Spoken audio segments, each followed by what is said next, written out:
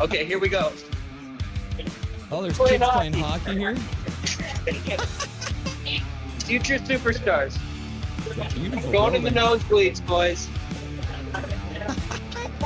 All right. Going in. Oh, look at this. Very cool.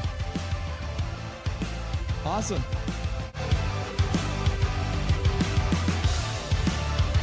Very excited to have the one and only Laser from Hockey Shop in Langley. Welcome to the show, Laser. How you doing today? Fabulous. No slap shots. The Rangers score. Boo.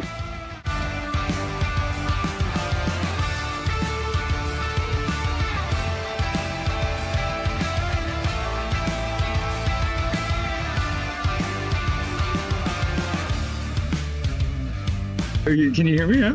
Yeah, that's wild. Okay. This is craziness. I'm watching the game in the bar. This is the, I'll show you guys. I'm literally we're in a bar here. We make it happen here. Nothing is perfect, you know? Here we are with the one and only Mr. Jake from Jake's Takes Hockey. Welcome to the show, sir. How you doing today? That's right. Thanks for having me. I appreciate it.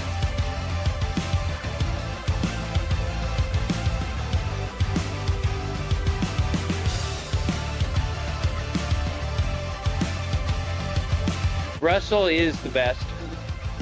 He's the secret master of the universe. Yes. And he's come to this realm to set us free and deliver a cup to Vancouver, I think. Russell is a gift from the gods, I think. What do you want? You want to say hi to anyone on the stream? You want to say you want to say shout out to anybody? Any advice, words of wisdom? We got 2-1 Canucks right now. Justin, who is he? There you go. Oh yeah, look at that nice ice getting all clean. There you go. Go Canucks, go! All right. Yeah, literally the back row, boys.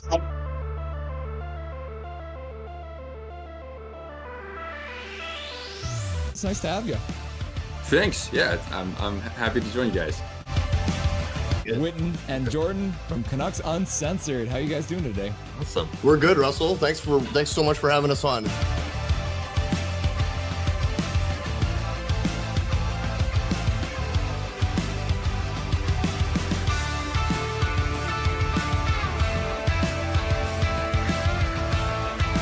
David wins it, goes forward and gets a shot, goes wide. Carr puts it behind the net. Got!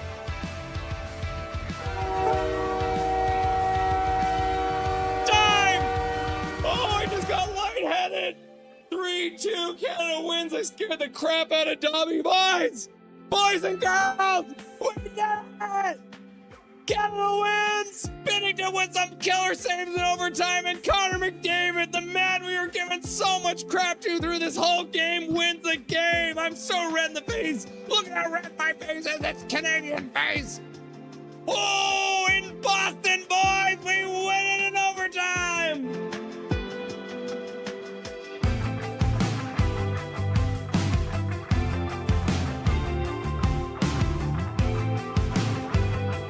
This is the man, the myth, the legend, the Blue Line Hockey. Welcome to the show, buddy. Thanks for having me. Pleasure to be here. How you doing today? Things are great. Thank you for the wonderful intro, and thank you for having me on. And truly a big fan of what you are doing on your channel as well. So keep it up, man. It's really, really good. We're in the second row, so we're doing all right. Live from Rogers Arena, Michael Saunders with that beautiful mustache on his face. There it is. Look at that. A live look in, Rogers Arena, Mike and Zach. Russell, how are you doing, sir? I'm doing really good. It's nice to see you. Great to see you. It's always fun popping into the streams every once in a while when I get a chance, and nice to finally be chatting with you. How are we? Guys, this is awesome. I'm excited to be here. Everyone's been very excited to have you on. The word got out and people started getting very excited. So thank you very much for doing this and joining us today. I appreciate you having me.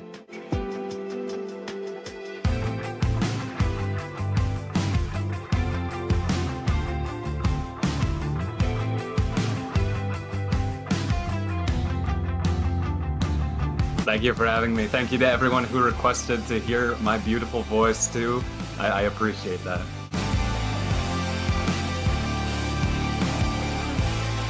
How you doing tonight? Doing good.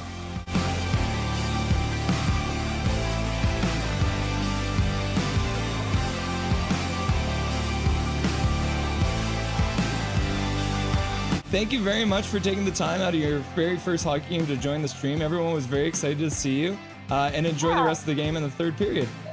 Yeah, thank you so much. Bye-bye, guys.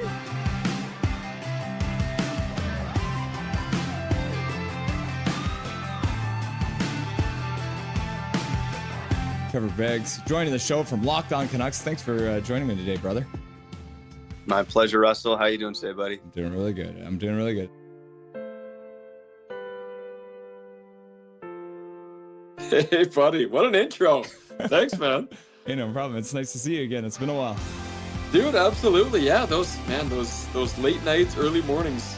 Yeah, weird They were times. rough. We are excited to welcome Dave Hall to the show. Welcome, my man. Hey, thanks for having me today. I'm excited to be on. We're excited to welcome to the show Larry Fisher. Thanks for having me, Russell. Looking forward to talking lots of hockey.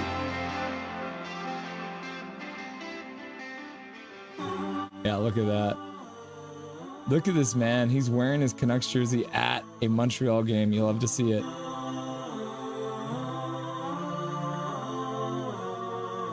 He became a local legend by calling the Abbotsford Canucks Calder Cup run. We are very happy to welcome Brandon Asselt to the show. How's it going, brother? Russell, I'm doing well. Thanks a lot for having me on. I'd like to introduce to Nothing is Perfect, Mr. Zach Nolan. Thank you so much for having me. It's great to have you.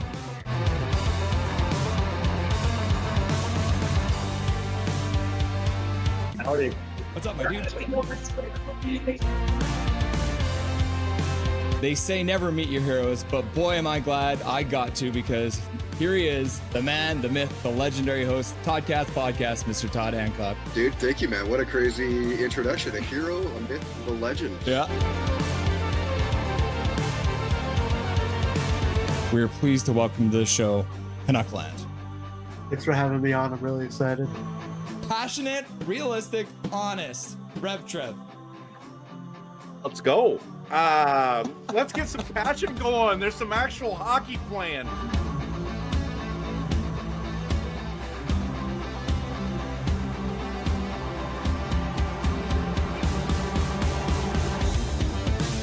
Smith plays it right across the zone. Bolano with a shot. Score!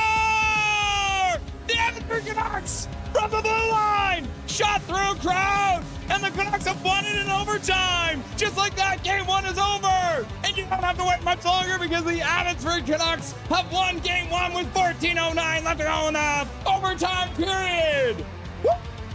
Woo! Just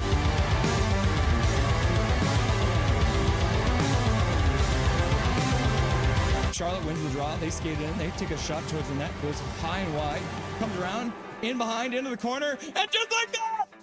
Just like that! Be resilient. Next man up. The Abbey Canucks, no doubt, never lost 2 games in a row in this Calder Cup Finals. And the Abbey Canucks are Calder Cup champions! Woo! Can you believe it?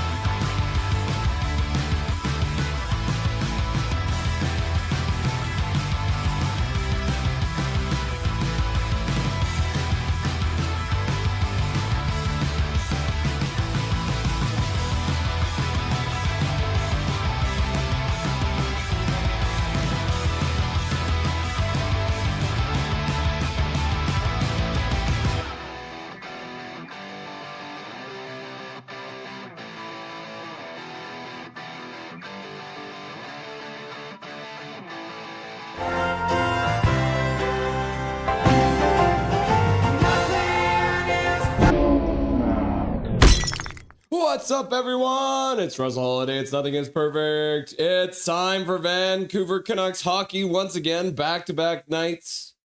They defeated the Seattle Kraken in the shootout last night. Shootout hero Lankinen and Ogren coming up big again. We'll play against our former coach, Rick Tocchet, today. Looking for revenge because they beat us last time when we played them in Philadelphia earlier this month. So we'll see if the Canucks can get back in the win column on home ice, which, let's be honest, has been a bit of a struggle. Yeah, we got lots going on today. Just a second here.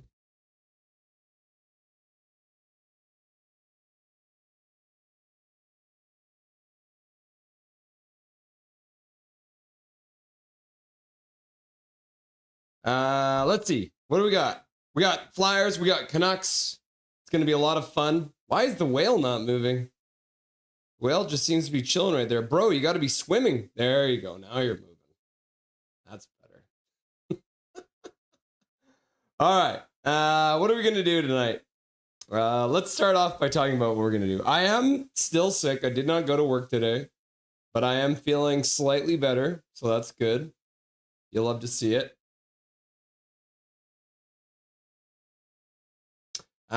So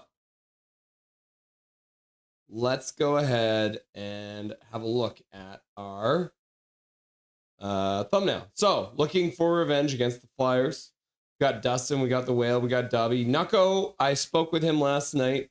As I mentioned, he worked a very long shift at his day job, and he was not able to make it. So tonight we will have him on during the second intermission. So let's talk about the lineup. The Vancouver Canucks versus the Philadelphia Flyers. We're going to start off by saying hello to all the beautiful people who are already in chat waiting for this game to get started. We're going to go through the stats that you want, but you don't really need. We're going to go through the Canucks lineup, which, to be honest, just pissed me off because I'm trying not to get angry about the Canucks lineup, but Adam Foote is a moron. Let's all agree Adam Foote is a total moron. So we're going to go through his terrible lineup and his lineup changes. During the first intermission, Dustin Boydell will be by for the Rusty and Dusty Sideshow. We'll go through the ups and downs of the first period of play, and then we'll get into all the latest Canucks news of the day. And then, like I mentioned, second intermission, Nucks Memes. Nucko will be here to chat about everything going on in the world of the Canucks. And then Dustin Boydell will be back for the Rusty and Dusty postgame, and we'll break down everything that happens between the Philadelphia Flyers and the Vancouver Canucks. So let's hop back, because you guys were already chatting up a storm. Let's scroll back up for a second and bring it up here, because Spirit Bear 535 had a message that said first. Evelyn was here. There's me using all the custom emojis. Evelyn saying Coconut Glow. Tor is like 30-second. Woo! McKenna or Stenberg better get ready to learn Vancouverists. 3-0 Leafs. Hey, everyone. This is Fangirl. Swerve and Irvin was here. Zachary. Fangirl, Zach. James T. Kirk. Captain Kirk, in from Chillac, beaming down. You'll love to see it. Swerve and Irvin. Who else?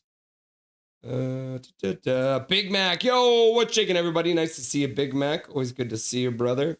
We got Carol in the chat. I found girl. How are you call hospital fangirl?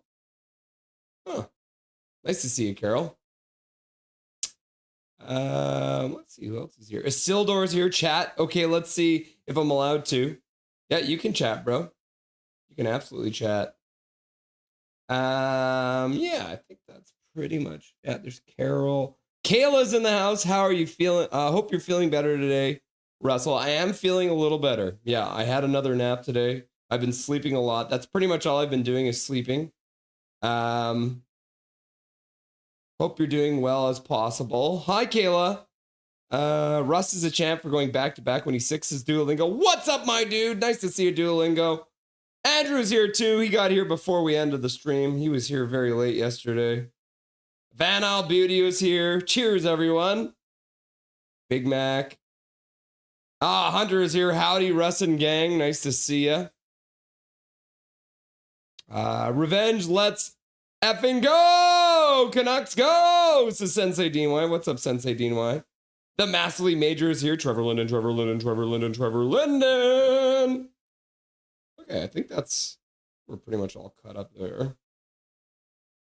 I realize people feel a certain type of way about Tocchet, but I always look at it from his perspective. At least Tocchet didn't go try to fight the opposing coach like a certain coach did against Calgary. Yep, that was Tortorella did that. And happy hooting and lightning for your future queefs on fire like I do. My thumbnail is fire queefs, by the way. Interesting.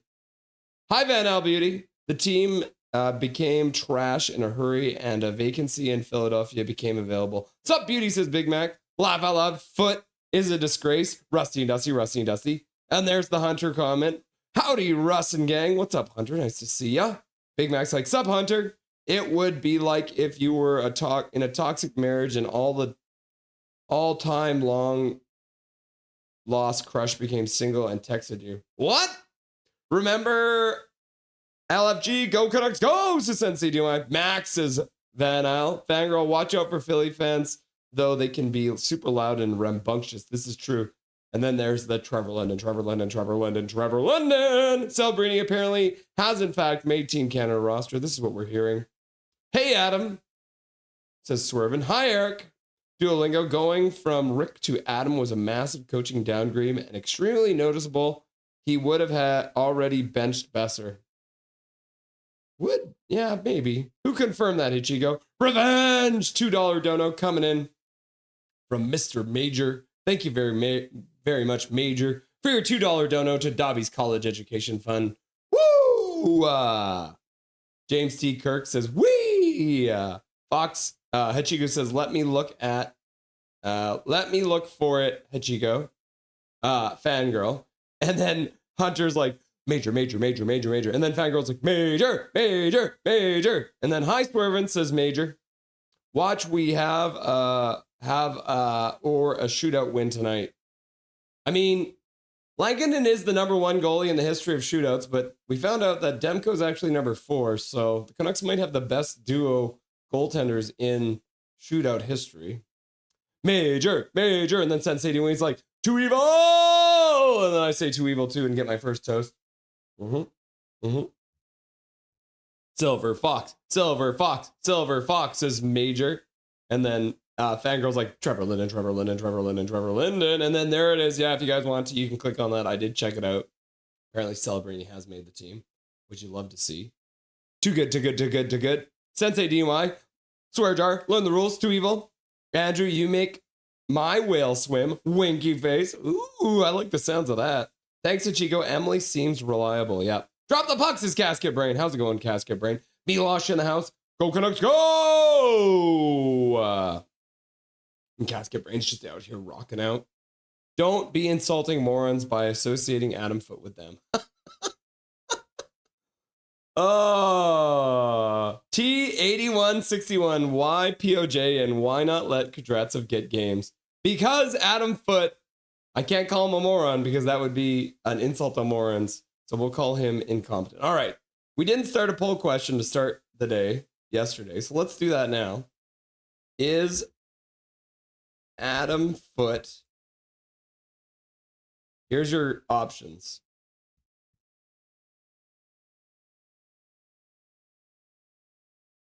Stupid, ignorant, oblivious,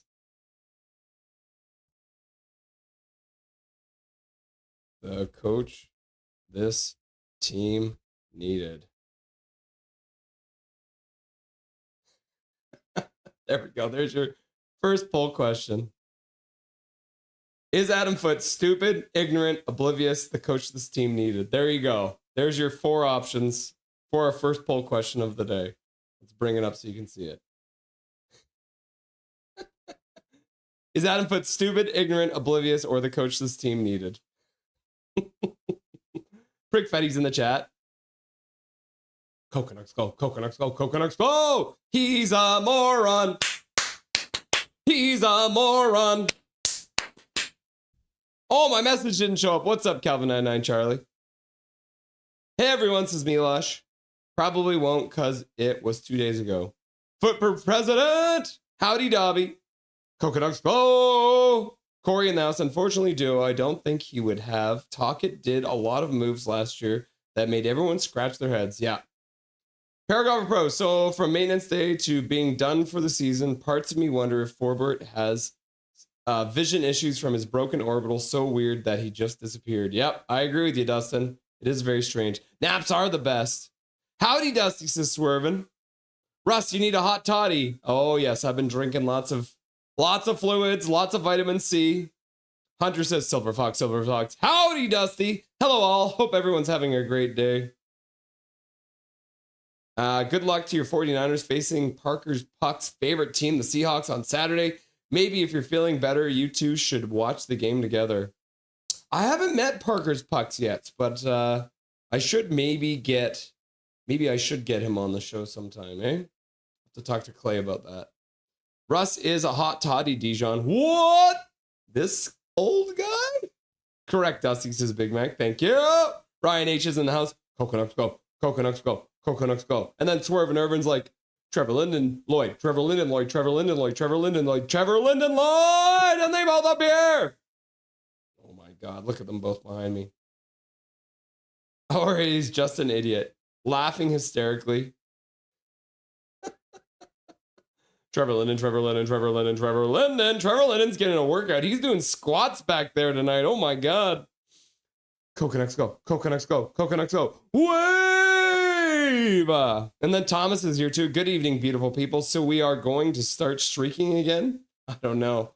We'll have you have to answer that question when we look at the actual lineup, because it's going to be weird. All right, let's hop over to the stats you want, but you don't really need. Oh, and then Brett McKenzie shows up. LFG, knuckleheads, woo! You love to see it. Nice to see you, Brett McKenzie. Always good to have. Wallach, could the management be giving him tank directions from on high? Wallach, I feel like they hired him because they knew he was a terrible coach, and they wanted this team to tank without them having to tell him to do anything. So that's what I think. Welcome to the chat, Wallach. Nice to see you, my dude. Member for 2 months. All right. Canucks on Tuesday. They've done it 733 times. They're 315, 305, and 113. So that's good news, right? Yeah, they're 10 games above 500 on Tuesdays. This is going to be their 401st game at home on a Tuesday night. They're 190, 144, and 66. So that's good too. We like that. They're 46 games above 500 on home ice. Not the same goodness on the road, but we don't have to talk about that because they're playing at Rogers Arena, right? What could go wrong at Rogers Arena? Canucks playing on December the 30th. They've done it 18 times. They're 8-5-5. So pretty even across the board. At home, they're 4-3-4. They're actually better on the road. They're 4-2-1 on the road on December the 30th. In 11 games, they're 4-3-4 on home ice. So they are still technically above 500, but these 4 overtime losses / ties kind of put a damper on this plus minus for the home record. We're talking about the Canucks versus the Flyers. They've played 134 times. The Canucks could get their 40th win in franchise history against the Flyers tonight if they win. They're 39, 77, and 18, which is not great. At home, they've only won 16 games in total against them in 65 tries. Not great again. 16, 34, and 15. They've played 69 road games. Nice. They're 23, 43, and 3. So there is nothing nice about this other than the amount of games they played in Philadelphia. In the last 10 games, it's been a rough go for the Canucks. And, oh my God, look at this goal total. Okay, so overall, the Canucks are 3-6-1 against the Flyers in the last 10 games. They've scored 22 goals in 10 games. That's 2.2 goals for and 2.6 goals against. So that means in total, like we talked about last time, they score an average of 4.7 goals per game for both teams. So don't expect tonight to be a high-scoring game. Canucks versus the Flyers on Tuesday. Maybe this helps. Not really much. 25 times they've played on Tuesday. The Canucks are 10, 12, and 3. So it is better than their overall record against the Flyers. They're 7, 7, and 3 at home.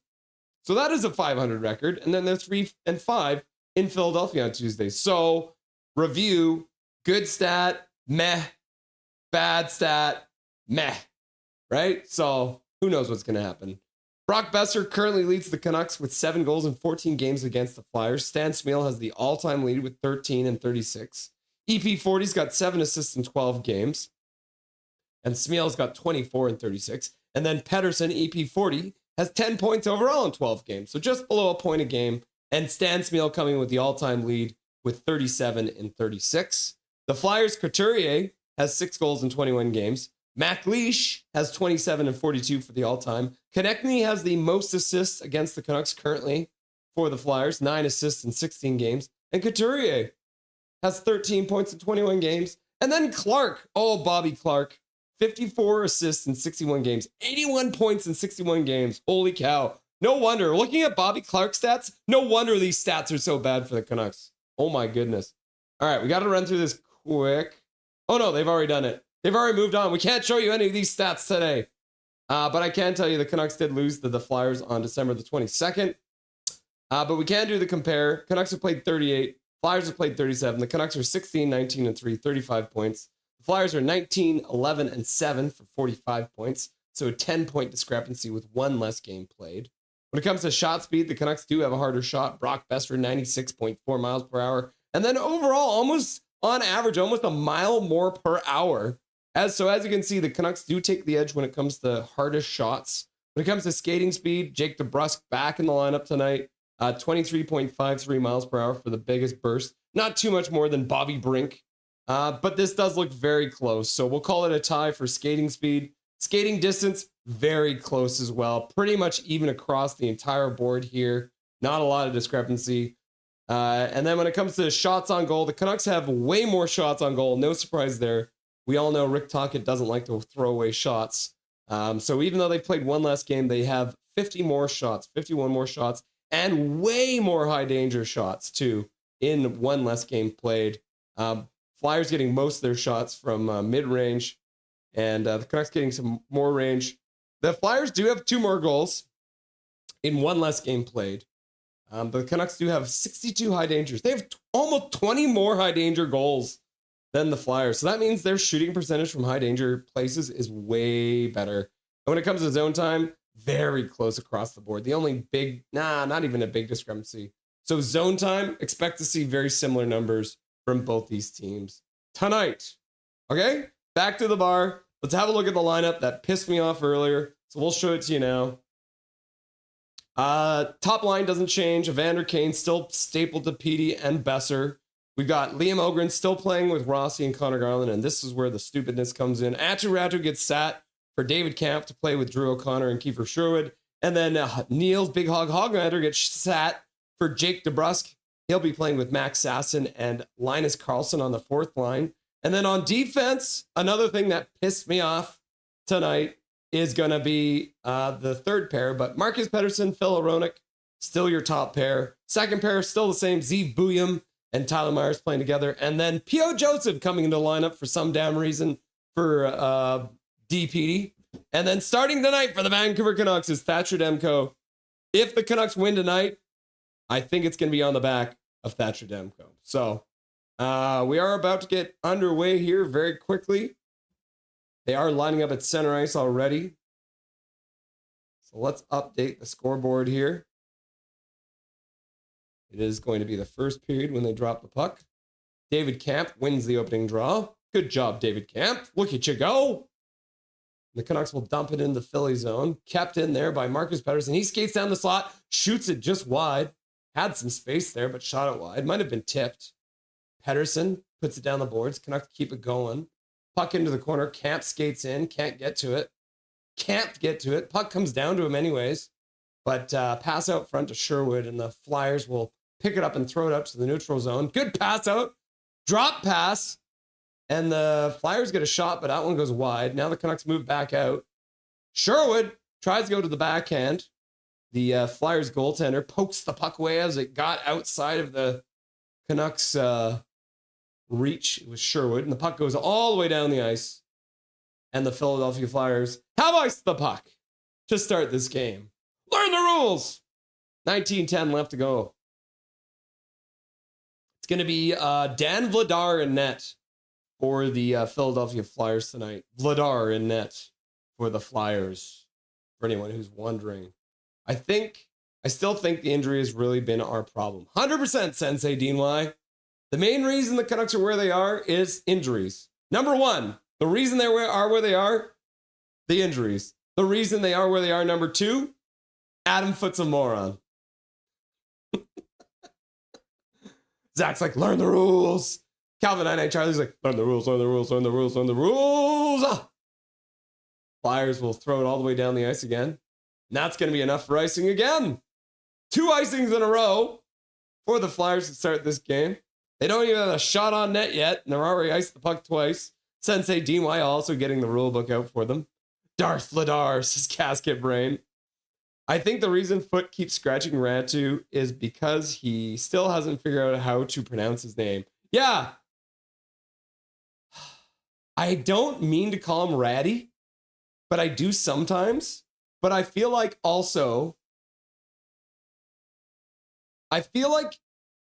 Adam Foote calling him Ratty is actually a disrespect to Ratu.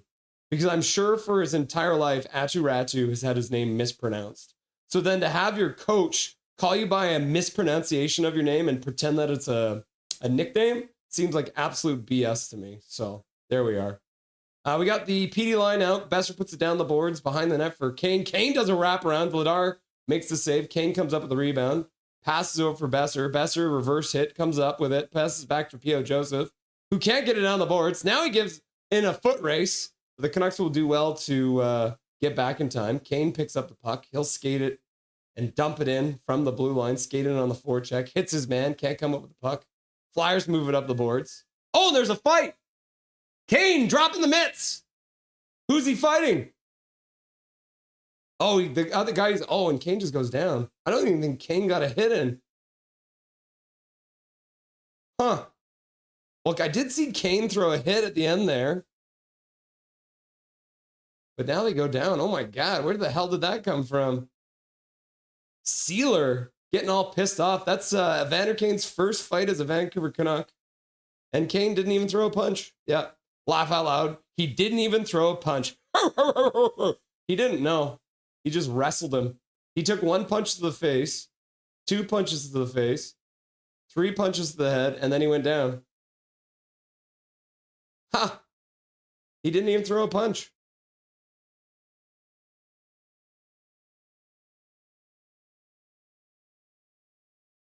Huh. Well, I mean, is that supposed to get your team charged up? Kane is so weak. He just hung on. Yep. I agree with that.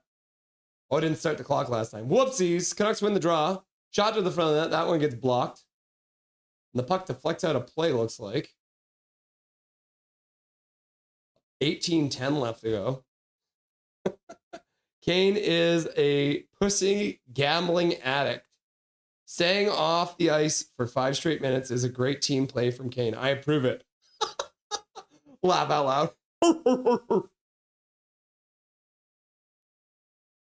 Oh, Max Sasson.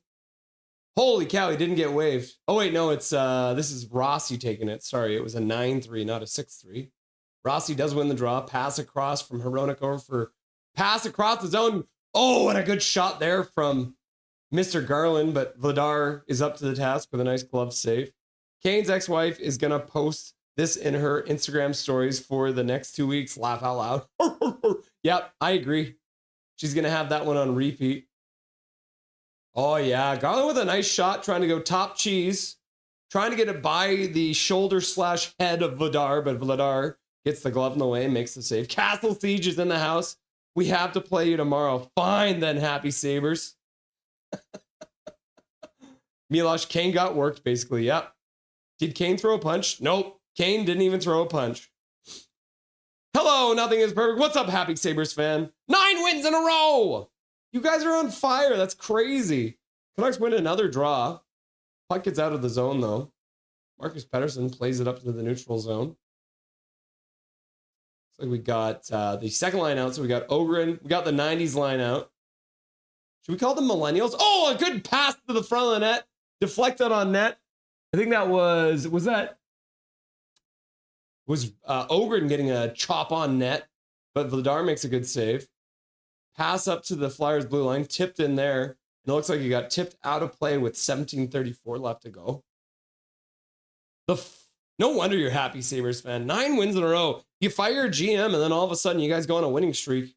Game starts now, but let's talk about the Leafs somehow, says Michael Chow. Get Kane off the top line, please. Well, he can't play on the top line for the next 5 minutes, so that's good. Besser is finally on the top line again. Been a while since I've seen him laugh out loud. You sound sick here, bro. I am sick. Jason Damskov! I am sick. I'm sorry, dude. It's a little rough. I've been sneezing and coughing, and but I would say that I told everyone last night when I first got sick. Oh my god, my throat hurt so bad. I thought for sure I had strep throat. It was like one of those things where you felt like you had a bunch of little stabby needles. The Canucks ice the puck. Jake DeBrusk gets back in the lineup, and he ices the puck. Learn the rules, Jake DeBrusk. Yeah, but I am, it went from my throat being in pain to all up here. It's right in my nose. My nose is all clogged up. Hey, Russell, I swear to God, if Kane is on the power play or on the first line or even on the power play, and if he touches the ice in overtime, I literally will stop watching this team. Lane Staley, I don't blame you. Keep Ratu in the lineup unless you want to trade him. Yep. Hi, Lane. Rick Fetty, if Chicago somehow pulls it off and beats the Islanders, Jets get the tank title. Tank. Go Hawks, go! Canucks controlling in their own zone after an icing call. Good job there by Carlson. Gets the puck free for Sasson, who drops the puck. Now Myers with a shot to the front of the net. Goes wide off the end boards. Classic Myers. Shooting the puck wide off the end boards. Now it's a 2-on-1 coming back the other way. Pass across. Passes behind the Flyers player. Now the Canucks, Myers brings it back up again. Why not continue with your forward work? And then Myers with a shot that actually hits the net. Rebound comes out. Chop back towards Vidar, and he'll hang on for a whistle. Hi, fangirl. How are you doing today, says Lane Staley. Frondell in Chicago as well, says T8161. Hey, Russell. Happy Habs won against the Panthers in OT. Oh, I didn't see the final score. Oh, yes, they pulled it off in OT, eh? So 3-2 in overtime. Penguins did defeat. So Dark Charge is happy that he beat Kane Surge. And then we got the Zach happy he's beating the Devils. Devils Reapers? Reaper Devils? Remember our Reaper Devil? Drew O'Connor plays it up to the blue line for Marcus Pettersson. Plays it down the boards. Drew O'Connor puts it in behind the net. Camp picks it up. Camp spins and puts it back behind the net for Drew O'Connor. O'Connor skates to the near side, turns, skates back behind the net, puts it up front, and David Camp scores! Oh my God, I'm not even in the bar! And David Camp scores a goal! That's 2 goals! Why did he even get pulled out of lineup? Take Ratu out forever! David Camp scores! Woo! You love to see it. Oh my goodness gracious. Midnight Solar's here. What's up, Midnight Solar? Fangirl's like, go. Good work there. Good work there by Camp to get a stick free. Drysdale couldn't handle him in front. Good work there by O'Connor to shake his man, even for a brief second. And then Camp just gets his stick free for just a second and chops it right by Vladar. And the Canucks have taken a 1-0 lead here in the first period of play. You love to see it. Okay, let's update this clock because it's not right. Flyers with a shot to the front of that. Demko directs it to the side with a pad. Puck ends up in the corner. Besser gets there first. He plays it behind the net, comes all the way for Hronek. He'll take a minute. Now Besser getting into it. Looks like Philadelphia threw a little hissy fit there on Besser and have taken a penalty. So the Canucks are going to go to the power play. I don't even have time to acknowledge right now. Let's get into it. Because Hunter shows up with a gifted membership. And the Hunter gifted membership goes out to... is that E.A. Alexander? E. Alexander 71 getting a free gifted membership courtesy of Hunter. And then Major also gifting a membership, and that one's going out to Juliana. So our regular listener, Juliana, getting a free gifted membership, also courtesy of one of our donors, Major. So thank you very much, Hunter, and thank you very much, Major, for your 2 gifted memberships going out to E. Alexander and Juliana. So you love to see that. Thank you very much, boys. That's very generous of you. And that's why these 2 guys, they're in the rafters. Canucks go to the power play. They're going to have to try and get the puck back because the Flyers have dumped it down the ice for the second time already. And then Massively Major using his monthly membership message. Go Flyers? Question mark. Exclamation point. So I guess Major's still on Team Tank. Canucks do bring the puck in. Puck back to the blue line. Petey picks it up. Plays it over across for Bouillon. Bouillon down for Petey. Petey throws it towards the front of the net. Vladar makes a save. Rebound comes back to the point. Bouillon picks it up there. He'll play down the boards for... Who is that? Is that Besser? Oh my God, it's Besser. Bouillon over for Besser. Besser takes a shot. Puck to the front of the net. DeBrusque taking away. Can't get to it. Oh no, it's Rossi on the sideboards there. So Rossi now picks it up. Plays it back to the blue line for Bouillon. Bouillon across for Petey. Petey over for Bouillon on the blue line. Down low for Rossi. Rossi back to the blue line for Bouillon. Bouillon over for Petey. Petey fires it towards the net. That one gets blocked and comes back out to center. Pettersson will pick it up though and then lose it and have to retreat into his own zone. Thank you for being a member for 12 months. 13 months now for Major. Oh my God. Thank you very much, Major. And then a $5 dono. Flyers don't even have a shot yet. Yep. The shots are 8-0 now. Oh, Sherwood with a shot that goes just wide, comes off the end boards, almost bouncing off Vladar. Canucks control again. They've got some pep in their step to start this one. Pass across to the far side for Garland. Back for Vilander. Hronek fakes a one-timer. Passes back for Vilander. Vilander throws it towards the front of the net. And Vladar makes a save and hangs on to it with 5 seconds left to go on the power play for the Canucks. We've got 13:51 left to go in this first period of play. Canucks getting some good chances here. Thank you for the $5 dono, Mr. Hunter. We appreciate you donating to Dobby's College Education Fund. Flyers don't even have a shot yet. Yep. The shots are still... They're 9-0 now. Canucks are all over the Flyers right now. You love to see it.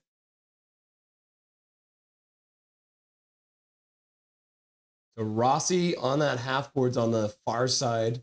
And then Petey and Bouillon. Linesman giving some instructions to the other linesman before they drop the puck again. Camp can't win the ensuing draw. Sherwood hits his man. Jars the puck free, comes back to the blue line. Myers flips it towards the net, knocked down by Drew O'Connor. Then the puck gets flipped to the far boards, and the Flyers take it out. Good work there by P.O. Joseph to pin his man to the boards. Now Camp puts it behind the net for Tyler Myers, who will take a minute. Pass up for Sherwood. Sherwood starts over the red line, loses the puck, picks it back up over the blue line, plays it to the middle, pass across, bobbling puck over for Drew O'Connor. Couldn't get it to go. Now Sherwood gets the puck from Camp, plays it to the middle. Drew O'Connor loses the puck. Now Sherwood picks it up. Good shot to the front of the net. And Drew O'Connor can't bat at that. Oh, I haven't even started the clock. Oh, no, did I? Yeah, I did. Ooh. Canucks power play is over now. It's long over, actually. Canucks take control in their own zone. Shots are now 10-0 for the Canucks. Only 7 minutes into this game. Sherwood passes back over for Myers. Myers passes across for P.O. Joseph. P.O. Joseph waits. Flyby from DeBrusque. Pass up for Hronek. Hronek fakes, and then he'll skate back. I think Hronek was waiting for P.O. Joseph to change, but he didn't. Now P.O. Joseph will change. Slowly. Holy crap, P.O. Joseph. Get to the bench, bro. Puck down low. Jake DeBrusque does a flyby. That's why you got benched last game, bro. You got to stop on your man in the corner, Jake. Jake DeBrusque skates in on it, grabs the puck, plays it to the front, right through the crease. Nobody can get a stick on it. Marcus Pettersson comes down from the point, plays it out front, and Sasson takes a shot, and that one deflects wide off the goaltender. Now a pass across from Marcus Pettersson. He looks to the front, passes in there. Puck gets deflected back to Carlson. Carlson plays across the blue line. Hronek puts it down low, the boards. Back to Hronek. He fakes a one-timer. He'll skate down. Now he plays across for Marcus Pettersson, who plays it down the boards. DeBrusque skates onto it, skates in behind the net. He'll play it off the boards and then try and get it back to the blue line. Can't. Puck gets pinned away from him. Canucks do not keep it in. $5 dono coming in for Mohammed. Thank you very much, Mohammed, for your $5 dono. Let's go, Canucks! Blue, green, white. Blue, green, white. We always love to see Mohammed in the chat. Nice to see you, my dude. You absolute legend. Thank you very much. Russell Bleeding Blues is here. I can't believe the Sabres beat my team. Well, not surprised because we suck. Laugh out loud. Yeah, they're kind of on a streak right now. Maybe you should. Oh, Garland goes in and throws a hit. Bouillon pinches down, keeps the puck in. Now with some help from Rossi. Or no, yeah, was that Rossi? Ogren. Now Rossi has the puck. This 90s line is going to kill me. Rossi gets knocked down. Couturier is calling it a dive. Puck up the half boards. Canucks Garland pokes it down the boards for a minute, but Philadelphia will work it out. Zeev Bouillon, first one back onto it. He'll play it up the boards. Takes a hit for his work. And then Vilander will turn back in his own zone as well. Pass back behind his own net. Passes across for Vilander. Puck into the middle for Petey. Petey sees a hit coming, braces himself, gets the puck deep. Now DeBrusk hits a man. Besser plays it down behind the net. So we got DeBrusk out instead of Kane, because Kane's still in the box because we haven't had a stoppage in play since his fight. Now DeBrusk and hits a man, jars the puck free. P.O. Joseph plays it down behind the net. Pettersson with a backhand pass out front, blocked by Philly. Besser hits his man in the corner, trying to get the puck free. Philadelphia player falls down. Keeps the puck, though. Up the boards. P.O. Joseph pins his man. Canucks chop it back down into the corner again. The battle ensues. DeBrusk tries to dig it out. Loses the puck in the corner. Philly plays it out. P.O. Joseph keeps it in. Plays it across there. Besser with a shot that deflects well wide. DeBrusk gets to the puck. Jars it free for Petey. Petey on the puck. Tries to play it up the boards for DeBrusk. He keeps it going back to the blue line. Myers over for Marcus Pettersson. Marcus Pettersson can't keep it in at the blue line. And the whistle goes with 9:12 left to go in the first period of play. Kane will get out of the box now. So that looks like Kane will go back to that first line. Oh my gosh. Dark Fear. Sharky was lucky. We almost come back to win. Made it 5-4 loss. Yeah, that was a crazy game, eh? Muhammad Hype! Muhammad Hype says Big Mac. Yeah, it's always nice to see you, Muhammad. Thanks for being here. And thank you for donating to Dobby's College Education Fund. Oglethorpe should be at 8 minutes of ice time by now. And when you say Oglethorpe, I assume you mean Ogren. Let's see. Ogren. Ogren has 1 minute and 38 seconds of ice time so far. So not quite T81-61. Back to the bar. Vancouver has the worst goal song. Ha ha! Says you, barbershop. La la la la. La la la la. La la la la la la. Keith Catherine, go. There'll be a picture of Camp on the side of Rogers Arena tomorrow. Yeah, Michael Chow, let's get her done. Got David Camp with his second goal of the year for the Canucks. You'll love to see it. So the scoring play comes in as David Camp from Drew O'Connor and Marcus Pettersson.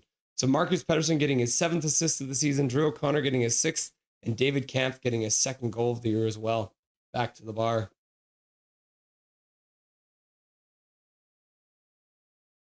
Calvin 99 Charlie, Rick Tocchet feels bad for us. He's telling his players half speed, laugh out loud. Bender Bear in the chat. What's up, Bender Bear? Doc is the man. I am all right. Chinakoff went to Pittsburgh Penguins from Columbus Blue Jackets. Fine, I'll take the picks. I guess so. Fangirl, that face Tocchet made as the players went to the penalty box. Tocchet, like AV did, defend the 0-0 tie. Yep. Hunter. Smirky McSir's here. If Camp can score, everyone can. Yeah, that is true. If Camp can score, everyone can. Canucks win the next face-off, but the Flyers will step through and cause some chaos. Back onto it. Sherwood with a good move to pick it up. Plays the puck into the middle. Drew O'Connor gets the puck and fires it wide. Ends up going behind the net. He picks it up there. Waiting for some help. Tries to play it up front. Ends up skipping by everyone and all the way down the ice. Might have deflected off of a... So it did deflect off of a Flyers stick because they're calling it icing. That's hilarious. Hunter, Hunter, Hunter. Paragraph Bros like talking hockey. Laugh out loud. Ryan H. A goal is a goal. However it goes in. Good for Kampf. Yep. Tocchet is a terrible coach, is Lane Staley. Canucks PPs everywhere. T8161. Would anyone even care if they fired Alvin today? I don't think so. Because, I mean, all the biggest decisions are being made by Rutherford anyways, right? So, Flyers win the draw after the icing call. They play to the middle now. 3 of them over the center line into the zone. And they get their first shot on goal. And then they almost score on the rebound, putting it high. Now the Canucks come out 3-on-2. Rossi throws the puck over to the side, comes around the boards after the pass went off of a stick, and the Flyers will skate out. Ooh, somebody stepped up to throw a hit. Demko leaves the puck there for Hronek, who starts out right through center, over the whale at center ice, takes a hit, puck goes out, but Marcus Pettersson will pick it up. He'll flip it high into the neutral zone. Garland can't get it. Flyers skate it back in. Pass into the high slot. Oh, and the Flyers score. On their second shot of the game, the Canucks fail to cover their man, skating right through the face-off circle, and they score to make it 1-1. That is Adam Foot hockey right there. Yay, by beating us yesterday, Armageddon Death. What's up, Omega Fish? How's it going, my dude? Vilander getting PP time is fun. Yeah. Thank you, Major, says Juliana.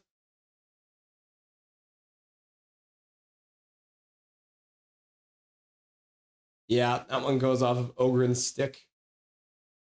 Ogren gets his stick in the way, and Mitchkov gets a goal. Tochet's the man. He jumped off the Titanic before it sank. Hello, everyone. I'm just listening tonight. Still working. Go Canucks, go! Play is back underway now. 1-1 tie now. Flyers scoring on their second shot of the damn game.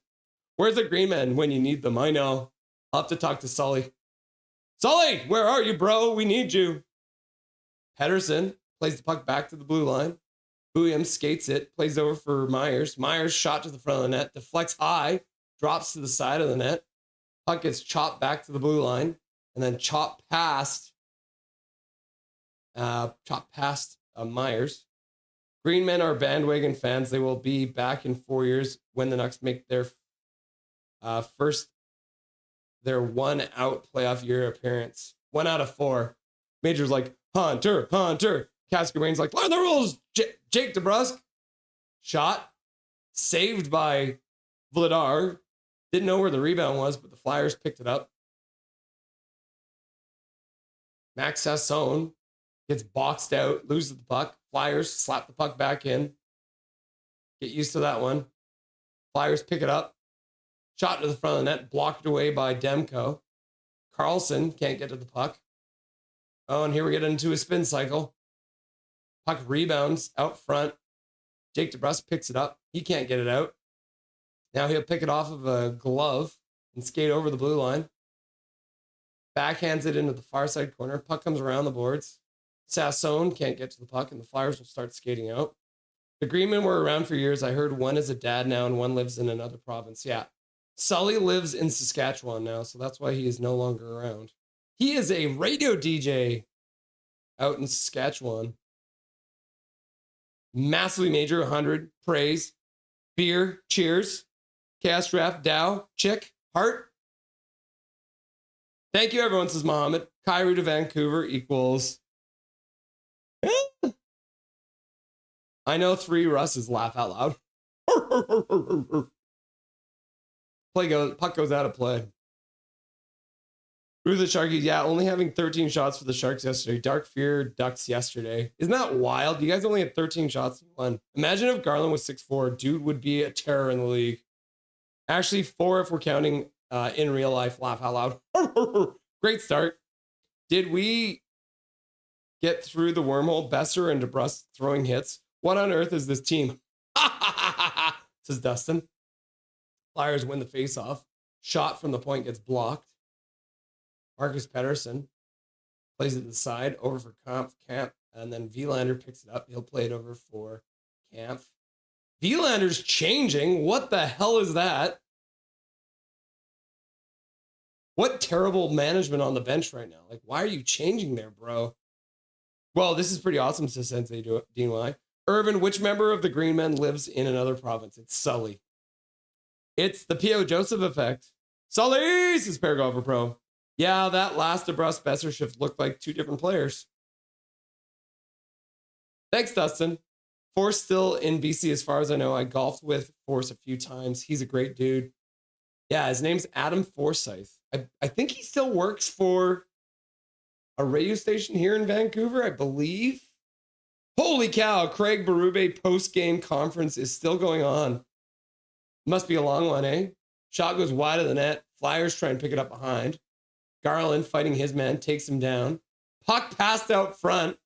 The Flyers could have easily intercepted that one and had a good chance, but luckily they didn't. Flyers are still offside, so they have to wait for their man to tag up. They'll play it all the way back in their own zone. And the whistle goes, and it's a slashing call. I think this might be on the Flyers. Awesome, Dustin. I heard Force is a dad now, too. Is Berube on the hot seat? Oh, no. It's Hronek going to the box. We got 4:35 left to go, and the Philadelphia Flyers will go to the power play on a Hronek slashing call. Yes, he is. That's awesome. I'm happy for Force. Foot really needs to start playing the young guys more, says Colin Whitehead. I know! But let's bench Ratu and Hoglander and DPD and bring in a bunch of veterans, right? Judging by his expression, it must be a very uncomfortable seat. But then again, he always looks like that. Yeah, Berube, his face is stuck like that. He didn't listen to his mom, and his mom's like, hey, if you make that face too much, it's going to get stuck like that. And then it did stay that way, so it is what it is. Evening all, we're dominating Philadelphia. We were until we gave up a goal on the second shot of the game, Connor Cahill. Welcome, Connor. 0 shots for Philly. Oh, it's going to be 4-on-4? Hi, Connor. Evening, fangirl. Hi, fangirl. Swervin' Tocchet team with 0 shots in the first 10 minutes. Shocker. Hi, Colin. Hi, Swervin'. Why do I get the feeling that little bitch Travis Konechny will try something the Broad Street Bullies would be proud of? You might be right. Sup, Collins? Swervin' Irvin. Jimmy Myers, Bruins. We came back to earth because Bruins can't win games. I'm sorry to hear that, Jimmy Myers. Milosh in the chat. Go Canucks, go! Colin Whitehead. Hi, Russ. Thank you for the stream. You're very welcome, Colin Whitehead. Because he always does. Yeah, he does look that way. Hi, Jimin. Jimmy, who beat your team? Really? Knew that was going to happen. Laugh out loud.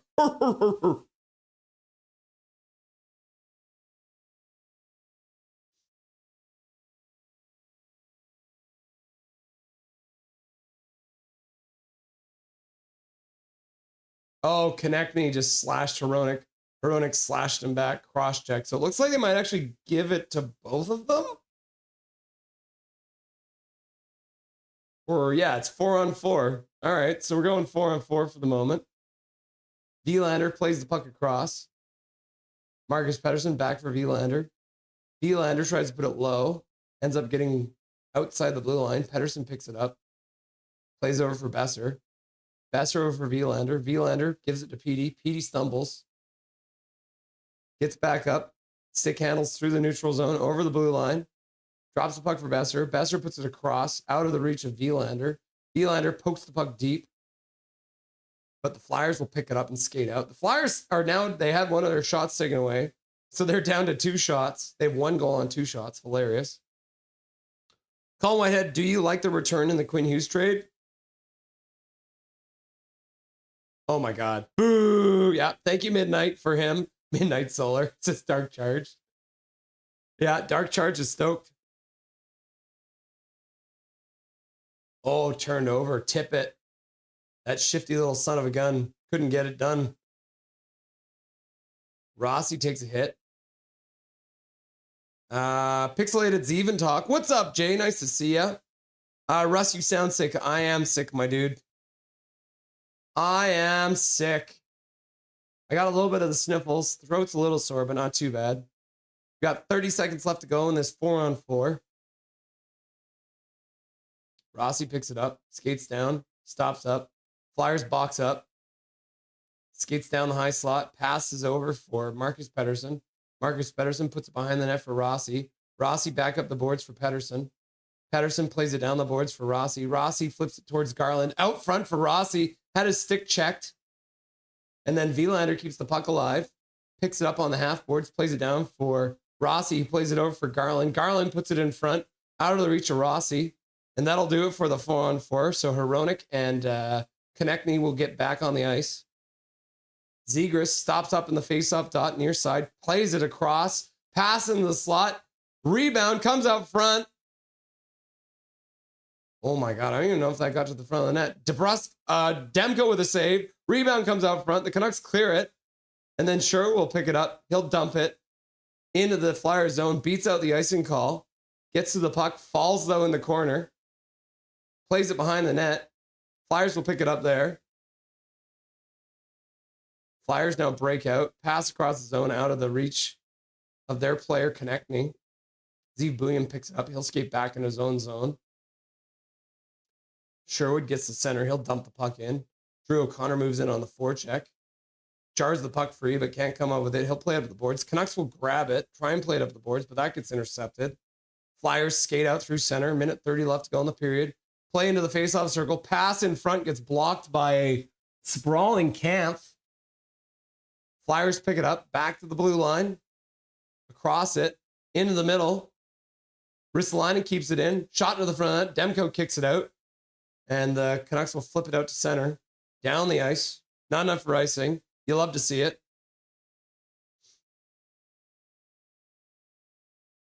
Boo, says Prickfetti. Yeah. Foot strikes again.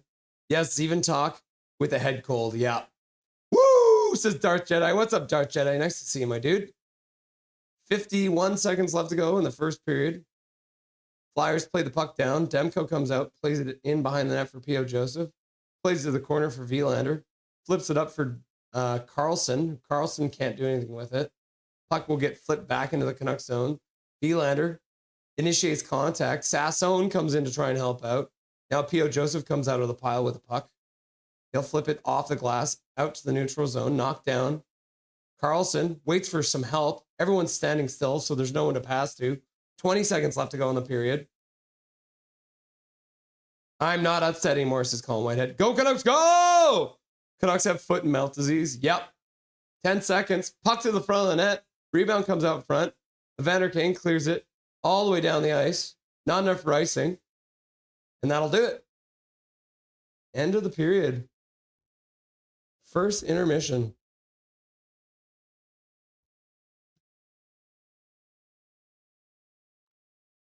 All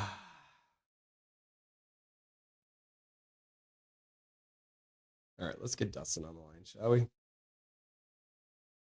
Talk about this first period of play.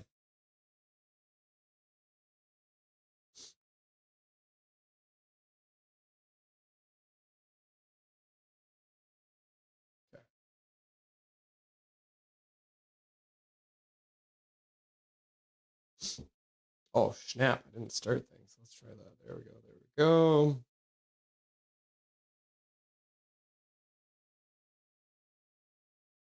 Cool. Looks like everything's working. Except for maybe Foot's game plan. What's up, Dustin Boydell? How's it going, my dude? What is happening? Sorry to interrupt your foot rant there. That's all good. That's all good. I think that might be where we need to start with this one, eh? With the ups and downs. I mean, that of the was first period. that was the good, bad, and the ugly, right? There was, quite a bit of good in the first 12 minutes of that game for the Canucks. Overall, it was a pretty good period. It's unfortunate that Demko got handcuffed by that knuckle puck. Ogren kind of just got the tip of the stick on it. It's tough for any goalie will tell you it's tough to pick up the puck on that because it's kind of coming off of two stick blades. But Demko's usually in good enough position to save those, so I guarantee you he will likely want that one back. If asked after the game, he would say he should have had that one. that happens too, though, when you go from warm up and you're ready to go and get into the game and you don't face your first shot until 12 minutes into the game. I mean, you can get a little bit tight, a little bit cold. You do your best to stretch in between whistles, but there weren't many whistles either between that stretch. So you're just kind of standing there waiting for the play to come down to you. Kane and Sealer, they spent almost 9 minutes in the box, I think, for their fighting majors. So, good on Kane to accept the fight, but would have liked to see him maybe put up a little more of a fight to spark the team. He kind of just ate punches and then ate the ice there in the takedown. But I get, not wanting to fight that early in the game. It's kind of a mean nothing fight at that point, but it did seem to spark the Canucks a little bit. David Kampf, good job to be in the right place at the right time. There was another good chance from Garland on the wing there, and Ogren using his body to get to that spot in front of the net. A really good chance there that Vladar stopped. I think our power play looked really promising, much more dangerous than it has in the last couple of games. So that was really nice to see. And then we had a shift where we ended up having Besser, DeBrusk, and Petey together, which we have notoriously hated that line. But that was one of the best shifts we've seen that those three have together in a while. You had Besser and DeBrusk both out there throwing hits. It was nice to see, but then of course the goal kind of put them on their heels a little bit. It swung the momentum in Philly's favor. A couple of nice defensive plays when we were getting pushed in, even though you don't like to see, Philadelphia's 5 shots were very high quality shots, other than, I won't even call the Zegras muffin that he threw in just over the blue line a bad shot, because he put it on net with the purpose of getting that big rebound that he got. Sometimes it's not how hard you shoot it on net. It's exactly the placement. Like, we played with a couple of guys in roller hockey that just knew where to put the puck. They could get a rebound every time. They didn't have to shoot hard, but they could just chip it over every goalie kind of on a breakaway, stuff like that, right? So there's a lot to be said about just knowing where to put the puck sometimes. And then, obviously some downs, right? The goal against, basically getting all the momentum turned back and not getting a shot on net in the last 8 minutes of that period. For all the good start they had, they're still tied now going into the intermission. It would have been nice to get a second goal when they were kind of dominating play for a while there. Especially when it took Philly. It kind of looked like Philly needed a minute to get their legs into this game. And then once they got going, then by the last 2 minutes started to turn into a more balanced game. But, I would have liked to have seen us going into this intermission up, but at least we aren't losing right now. Yeah.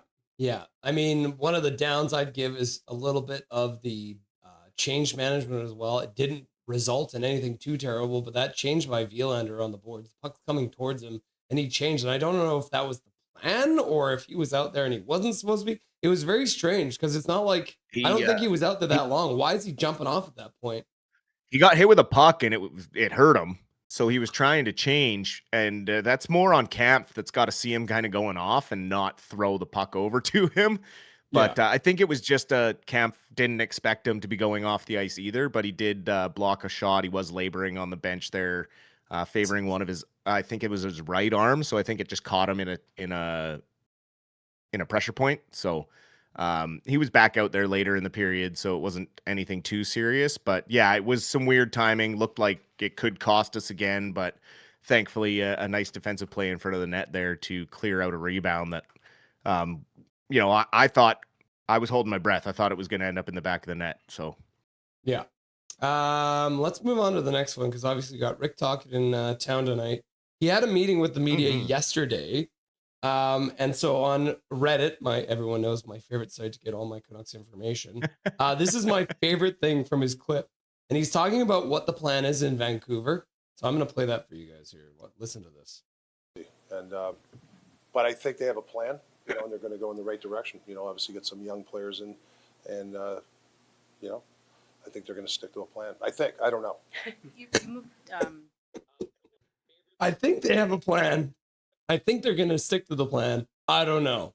Which, just lends me to think that while he was here, he had no idea what the hell this team was planning on doing. And that's probably one of the reasons why he turned from Rick Tocchet to Rick Tocchet.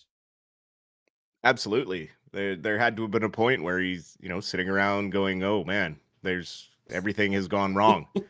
At some point you kind of got to own that yourself too. Like, you were the captain of this ship. You were the head coach when everything went downhill. You can't blame all of this on the players or players that didn't necessarily get along. They didn't get along the worst under your coaching. They were perfectly fine under Bruce Boudreau. Everything seemed to be good. The whole knock was that everyone was too friendly and the team was too good, and it was like a country club. Well, right now, I'd prefer the country club because at least that team was exciting to watch and had smiles on their faces and looked like they liked each other. We're getting back to a point where it looks like guys are, more comfortable getting along, and it looks like we're starting to kind of rebuild what's going on. But at the same time, it's like, okay, we have this coach that we know likely isn't going to lead us anywhere or continue on in cases of this rebuild. I mean, they can't look at what he's doing and be impressed with it. Again, that first period is just pure effort. Like, you see the guys just playing really, really hard hockey, which is good to see. And we saw some good cycles starting to form.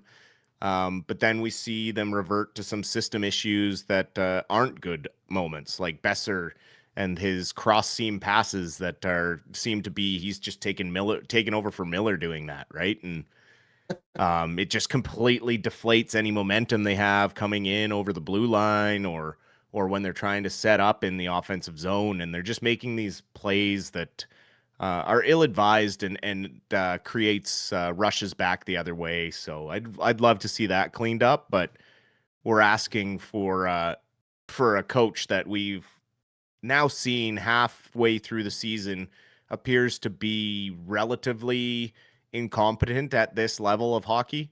He clearly hasn't learned anything from the year and a half in the WHL, or didn't learn anything from his firing in the WHL. He's taken all of that experience and just kind of mashed it into this NHL type of coaching where he relies heavily on his assistants, but I think he makes some weird decisions. Mm-hmm. I don't know. So I think they had to have said something to convince Malhotra to take his option and stay in Abbotsford for another year, because you can't tell me he didn't have other teams that were knocking at his door after the Calder Cup victory to come and coach for them last year in the summer, right? So maybe the plan is for Foote to stick out this year, and now that they've traded Quinn, when the year's over, they can relieve Foote of his duties and promote Malhotra. I don't know. Or maybe it's a 2-year plan with Foote, right? Like, he was signed for 2 years. Maybe it's this year, next year. Malhotra finishes out this year and next year, and then returns and then comes back as the head coach the following year. I'm not sure. Who knows? Tocchet knows. Maybe Tocchet doesn't know. There's got to be a plan, right? Or maybe, I don't know. Who knows? We mentioned yesterday we were going to talk about the ECHL strike. It's actually kind of funny. What I'm going to do is I'm going to quickly just bring this up, because this is it wasn't really about money for these guys. They were looking for just it was all essentially health and safety issues. So this is a good post that I found talking about what they were actually looking for. So they're talking about travel between back-to-back games. They want restrictions on, they don't want to be traveling an 8-9 hour trip between back-to-back games. That's not good for the health and safety. They want a Christmas break on the 24th, 25th, and 26th, which I don't think is crazy. Guaranteed contracts, so they can't just be cut. They want health benefits in the off season. They were essentially getting cut off. So if you get injured, you have to pay for your own health expenses in the off season. They wanted group rights. So they want to be able to seek consistent frameworks from other professional leagues when it comes like players' use of name, images, and likeness. So they don't want to have all that being essentially what happens is you play for a team once and they can use your face forever. They don't want that. And then player compensation was one part of it. So it looks like they do now have a plan to increase the salary cap in the ECHL moving forward. And then we didn't get a chance to talk about it last night. Dave Hall has tweeted this out, that they have now come to an agreement with the ECHL. So the strike is over. It looks like a lot of those issues I just mentioned have been resolved. So it looks like a lot of the health and safety things that they were really worried about will get solved with this new CBA that will run all the way. I think it's the 29-30 season this will all run through. So for the Canucks as a development league, the ECHL, they probably only have, what do they have, like 3 or 4 guys playing down there? So not huge for the development, but yeah, I mean, it's important stuff. It's like basic stuff, right? Like being a development league for the NHL, it's essentially like a single A league, if you will, a single A pro league, right? But it was being run more like a junior B league, where they didn't really, compensate the players well. They didn't have the health benefits. And it's like, you think about how much the NHL is worth and, the value that they're putting into the AHL as well with the owners. It's nice to see the ECHL throwing a little bit of a bone here, because all the things they were asking for were just kind of basic labor rights, if you ask me, right? Like any labor union is going to have similar types of things in them. So, good for them for getting that pushed through. There was a lot of stalemating from the ECHL themselves, but it's nice to see that it got ratified and these guys will be back on the ice here. I believe the Kalamazoo Wings play tomorrow or on New Year's Day. I can't remember. So not a big stoppage either. Only about a week, I think it went. So I think Kalamazoo only missed 1 game. So not a huge stoppage, but I guess 70% of the players voted to strike. So that was the final message to the ECHL, because also for this kind of league, you can't afford to miss these games, because every ticket sold counts towards a system that is running very, very thin. So, but good to see them get everything ratified, and glad to hear that these guys are going to get taken care of down there. Yeah, for sure. Prospects updates. So we already kind of talked about the Kalamazoo Wings. The World Juniors, we didn't show it to you. Well, we got the Braden Coots goal, but we also had a vote come in from the WHL. So the WHL had their player votes for who they think should be the player of the year. Number 3 in voting, Braden Coots. So getting the respect from him, not only the league, but his peers. And also along with Braden Coots, sounds like Seattle is actively shopping him as well, looking for a similar package as what Sherratt's team got, like 8 picks or something like that. So Braden Coots getting good call out from all of his WHL coworkers. Absolutely, and I'd love to see him go to a playoff team that's got much more offensive firepower. Give him a chance to really shine. I mean, he's been playing incredible. He's got a bunch of multi-point games, multi-goal games for a relatively mediocre Seattle Thunderbirds team. So it'd be really nice to see him go to one of those elite programs to get the most out of this year before he likely makes the jump to the NHL next season. At the very least, we'll be making the jump to the AHL and bouncing back and forth between the Vancouver Canucks and the Abbotsford Canucks. If he is not a full-time Vancouver Canuck. But the way this kid has kind of developed already and taken everything that he learned in those first few games with the Canucks this year and applied them at the junior level, I see him coming into camp even more motivated to make the NHL team next year because he got that taste. And I fully expect to see Braden Coots in a Vancouver Canucks uniform for the entirety of next year. And then I did want to show you guys this. This is one of the prospects that not a lot of people talk about. He's very much a stay-at-home defenseman. It's Basil Sansones. He's a Swedish guy. He's actually playing in the World Juniors. Sorry for the potato quality of this clip, but I want to show you because he actually scored in the game against USA, the first goal for Switzerland. Nice wrist shot from the point, goes top corner, right? So a guy who, not expected to be, making his way to the NHL anytime soon, but is a very steady big boy. Could be a nice piece for the AHL team and maybe be that 7th, 8th defenseman moving forward. So nice to see him playing well for Switzerland. Does have kind of that the benefit of playing for Switzerland. That doesn't have a lot of players that will be at the level of the World Junior Championship. But good to see him also getting a goal yesterday, along with Coots. For sure. And he's kind of strikes me more of like a Chris Tanev style defenseman, right? Yeah. Very stay at home, probably a later bloomer. Like Tanev took those 4 years in college to even get a contract in Manitoba, and he had to work his way through the junior rank or the AHL ranks to get up to the Vancouver Canucks. Like he took the long way. And I feel like that's probably a similar path for Sanson's. But you know, once he does maybe get another couple of training camps under him, we'd love to see him get a shot as, you know, a stay-at-home defenseman, because we do have quite an abundance of mobile, offensive-minded guys right now. It'd be nice to have another prospect that is more of that stay-at-home, calm, keep it level-headed in your own end type guy. Yeah, he'll be playing over in Switzerland. He's been playing there this year, so he's actually playing with men, which is another thing you like about these European prospects is quite often the country they come from have their own professional league. So Sansonas has actually been playing out there. The last item we have here, Olympic rosters from Canada and the USA will finally come out tomorrow. Looks like Fanatics might have spoiled some of it, but it should be fun to see those rosters come out. And we'll probably talk about that this weekend. Yeah, we'll have lots to talk about the next time we're on. Cool. Dustin, thanks for stopping by for the sideshow, and we'll chat again after the second and third in the post-game show, brother. Absolutely. Enjoy the rest of the game, everybody. The Silver Fox stopping by. The real Eric Hunter won. Stopping in. Is this the real Eric Hunter?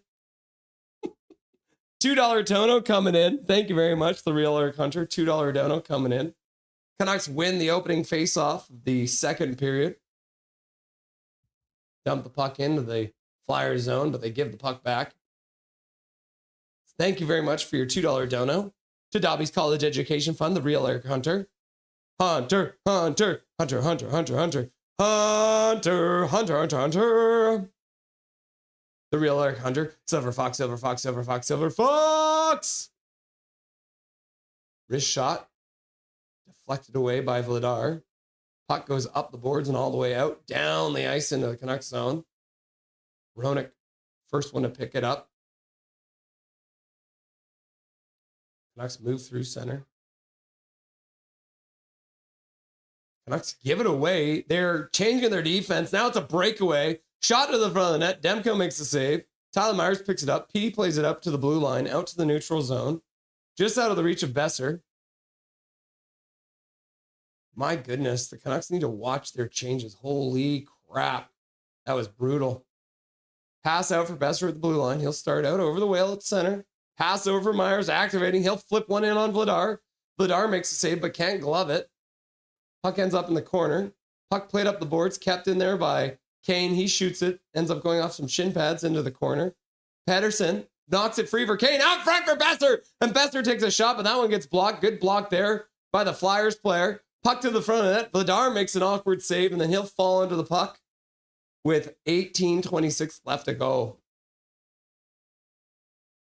Back and better than ever. Woo! Hawks got a point. Jets are now in sole occupant of rock bottom.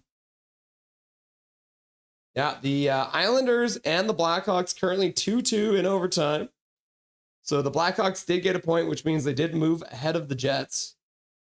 Love to see it for Prickfetti. Congrats, Prickfetti. Tank Nation has taken over Winterpeg. Scrambled draw. Flyers come out with it. Now they skate through center. Give the puck away at the Canucks blue line. Canucks just give it back to the Flyers, who dump it deep into the Canucks zone. P.O. Joseph bobbles the puck in the corner. Garland can't get up the boards. The Flyers will take it. Play it back to the blue line. Lots of space there. Shot to the front of net. Demko makes a save and then gloves the puck. Hangs on to it with 18:04 left to go in the second period of play. Oglethorpe should be at least 20 minutes of ice time by now. Well, I think you're going to be disappointed. I'm not going to lie.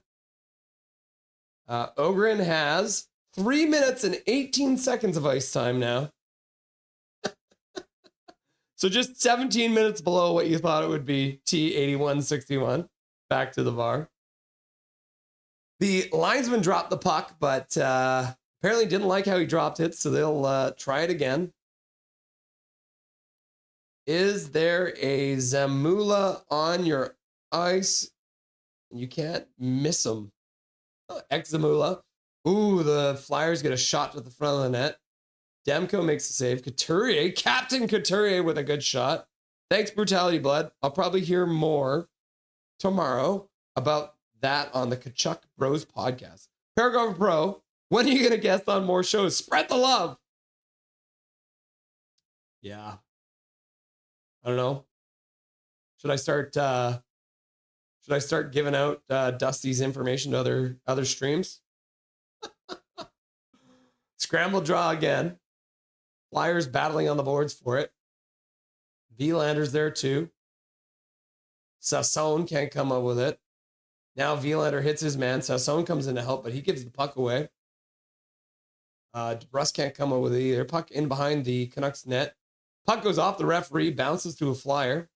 $2 dono coming in from the real Eric Hunter. We need to stay at either 30 or 31, preferably 31. $2 dono.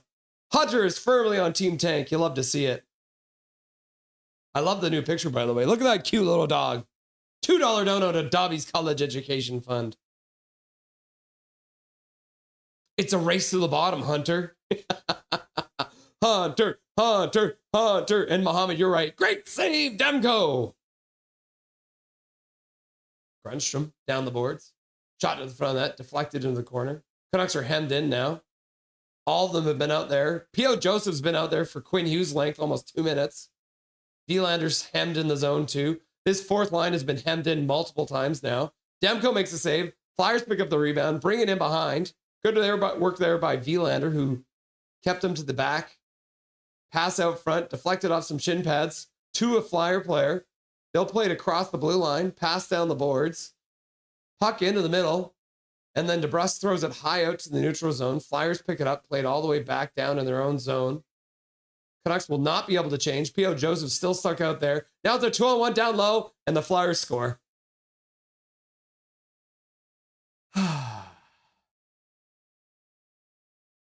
Grunstrom breaks down the Canucks defense, who was out there, and rips the puck past Demko. And the Vancouver Canucks are now down 2-1 in the second period of play after getting hemmed in to their own zone for over 2 minutes. Big Buff was a hockey demigod. Segmina, burn, burn. Boom, says Japan 4, and Fangirl's like, boo. P.O. Joseph pinches and can't keep it out. Demko gets beaten over the blocker side. The Flyers puck into their zone.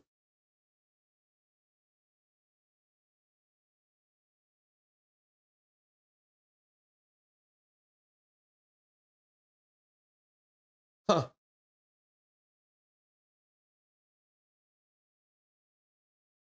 Hand pass stops play. 15:56 left to go in the second period of play. So Malhotra would be bad cop, maybe. The US actually has a shitload of fakes. What do you mean, fake players? Stained teach, yellowed hands. Gross is massively major, but he was happy with his plug. Like a sergeant. Huge balls and no pucks given, says Cal McKenzie. Landon Farrow and Thomas Drance were hilarious on the radio this afternoon, airing their grievances Festivus style. Get Fettivald.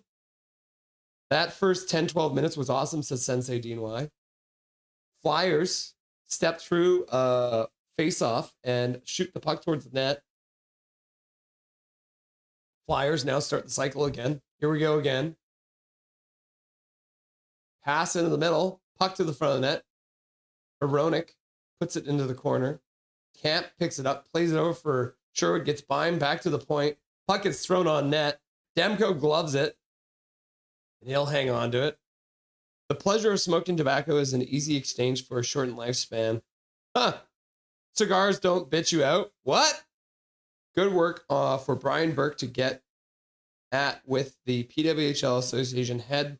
Looked like it was a no-show job. Good to see the women ask from the Plantation League. Stand up to him, ladies. Yeah, stand up to the man. It seems no matter what level hockey you play, the fact that organizations don't want to help you in terms of finance and health benefits is shocking. Yep, because you are a product to them.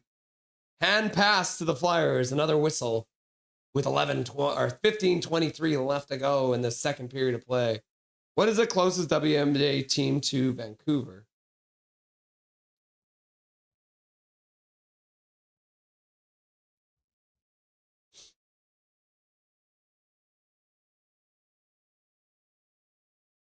Flyers win the draw. Got Las Vegas, Los Angeles, Golden State, maybe. Washington Mystics, that's probably Washington, D.C. Seattle Storm. Oh, there's a team in Seattle. So yeah, the Seattle Storm are the closest team. Back to the bar. Sanheim behind the net, plays it out front. Can't complete the pass. Canucks play the puck out. No one's got any foot speed. Everyone's standing still. Flyers pick it up. They'll play it out the ice. Into the Flyers zone. Besser steps into his man, jars the puck free. But the puck gets back out to center. Flyers play down into the Canucks zone.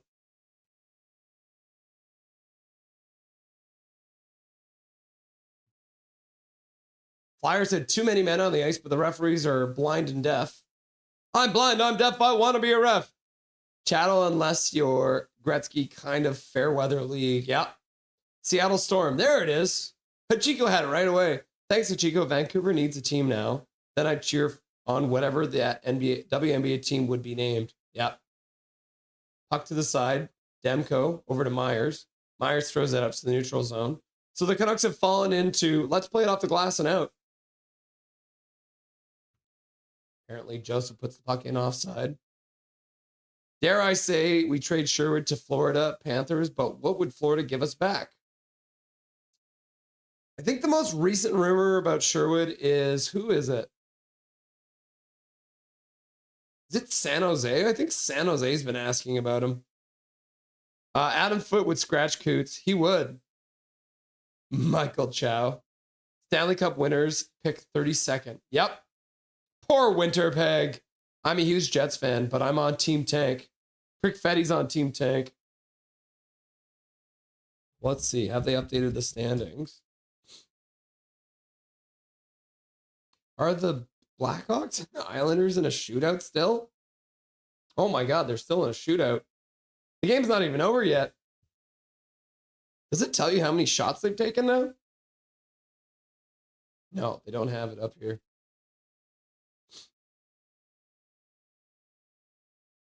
They haven't started the shootout yet, I guess. I don't know if this updates. Huh. Either way, with the 1 point, you're right. I think.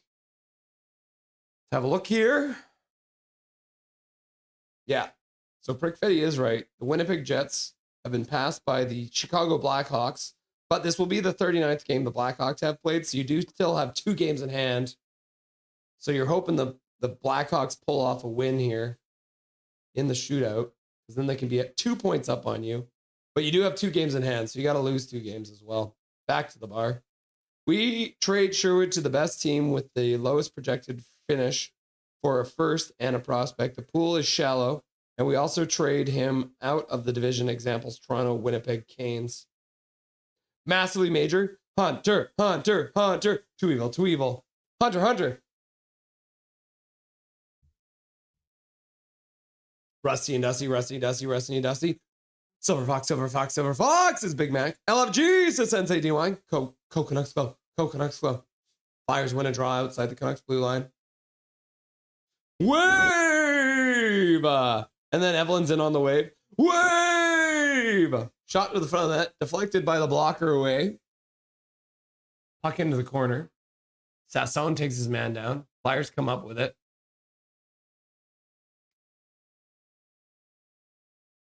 Puck into the front, deflected away. Sasson passes over for DeBrusque with some speed through center. Pass for Carlson. Carlson with a pass to the front of the net. Deflected wide by DeBrusque. Good play there. Now the Flyers come back. 4 of them over the blue line.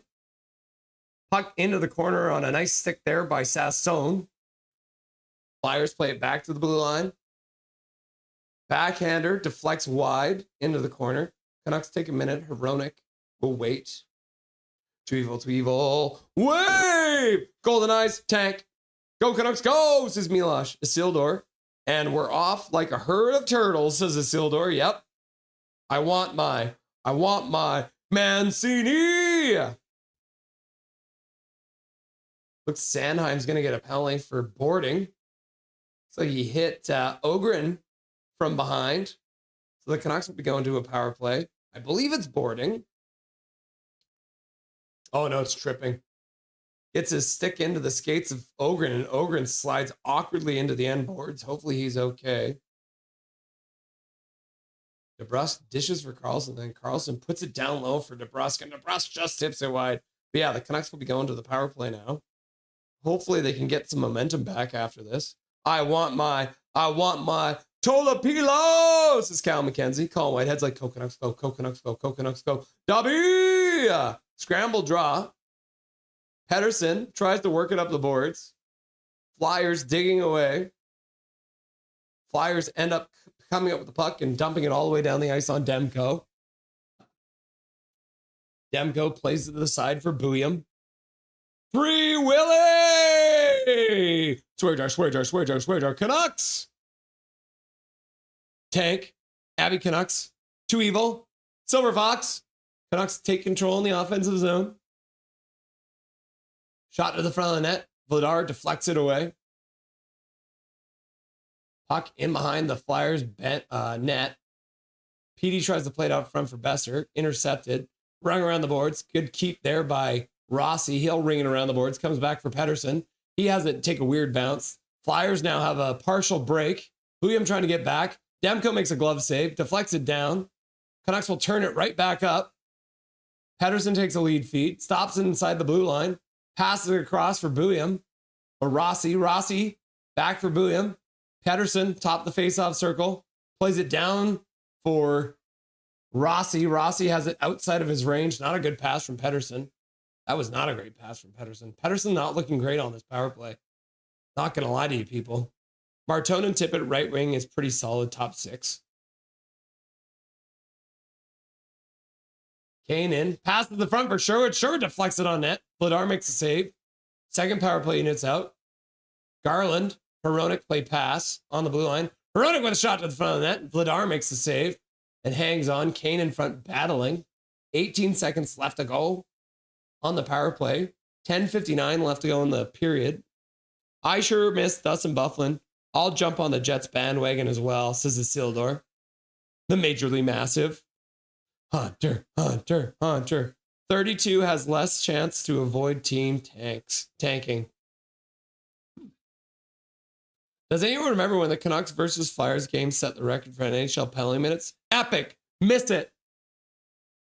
Okay, we got Kane taking the face off because there's no actual center on this line. Kane getting tossed. So Sherwood will come in.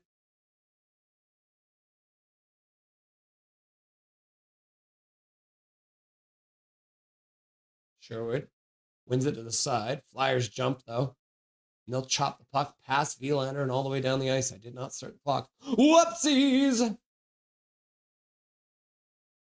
that'll probably do it. With only 6 seconds left, the Canucks will have to rush, but they give the puck away to the Flyers, who will dump it all the way down the ice, and that's the end of the power play for the Vancouver Canucks. They maybe got 1 or 2 chances on that power play, but did not look as good as the first. Yeah, like I said, Pedersen didn't look great on that power play. Bobbled the puck a couple times. All right, Canucks pass up to the Flyers blue line. Flyers pick it up. They'll play it all the way down the ice. Hronek plays it up the boards. It's double team. Flyers play it back to the blue line, intercepted by the Canucks. Joe O'Connor with some speed down the boards. Flips it in front. Rebound comes off Vladar. And he'll grab the rebound with 10:05 left to go in the second period. Dang it, says Muhammad. Boo, too evil, says Zach. Like the Hercules of hockey, number 33. Bonsai, Japan for life. Happy New Year, bro. Woo! Carly says, pull Demko now. Go Tocchet, go, says T8161. I'd love to fishing with them. Boo. Lazy chick. Or yes, says Callum. Laugh Out Loud Golden Eyes are playing at 10 a.m. tomorrow. Yeah, isn't that wild? 10 a.m. start. Face off in the Flyers zone. Dvorak taking it against Kampf. Dvorak wins it against Kampf. Yeah, for Tocchet, the bum. Demko sucks tonight, says Carly. Puck out to the neutral zone. Zegras picks it up, plays it across. Flyers play it down low in the faceoff circle. Look to the middle. Back to the blue line. Pass into the far corner. Dvorak skates onto it. Plays it down the boards. Intercepted by the Canucks. Camp makes a pass at the blue line. Ogren plays it down low. Camp now picks it up in the corner. Looks to the middle. Shoots it off some shin pads. And now Ogren's the only one guy back. What a dumb pass there from, was that Zegras? Of course that was Zegras. He puts the puck between his own legs. Now Tyler Myers' stick is broken. Puck down low. Shot short side. Rebound picked up by EP40.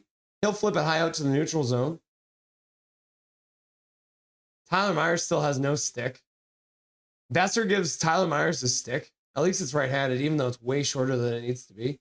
And now Pettersson flips another high one out to the neutral zone. Besser doesn't have a stick. Puck into the middle.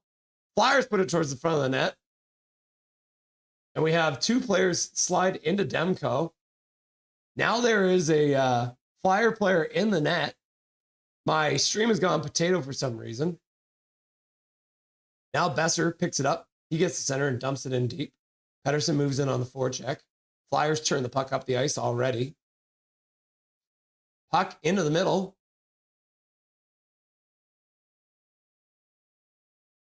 Flyers control the blue line.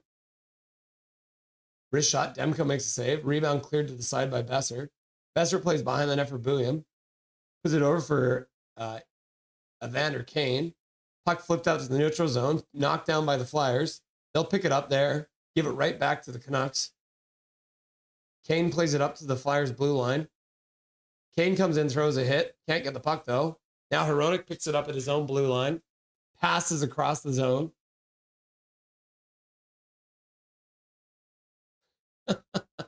This game has turned into a bunch of bull nonsense. Buium, bounce pass up the boards, intercepted by the Flyers. They'll play it all the way back down to the Canucks zone. Buium blows a tire. Demko goes out to play the puck up the boards, gets by his intended target. But Linus Karlsson skates onto the puck in the corner, loses it behind the Flyers net. His teammate comes in to help out, plays it back to Vilander on the blue line. He throws it towards the front of the net, deflects wide. Puck in behind the net, gets past the Brusque. Sasson on the boards, takes a hit, keeps the puck, plays it back to the blue line, but it gets checked out by the Flyers. Canucks will pick it up in the neutral zone, play it back in. Karlsson moves in, hits his man. Canucks try and play it to the middle, but the puck gets deflected away and shot all the way down the ice by the Flyers. Not enough for icing. Vilander does well to pick up the puck and turn, gets the red line, dumps the puck in.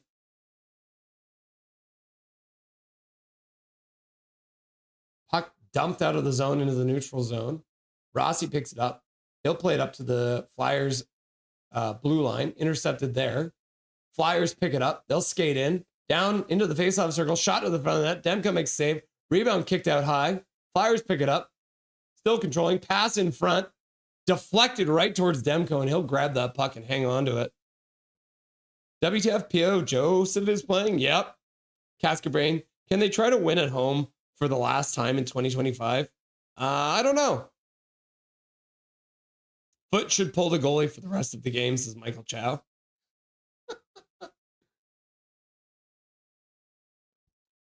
All right, we didn't give Dobby his treats for the last game. Let's do that right now.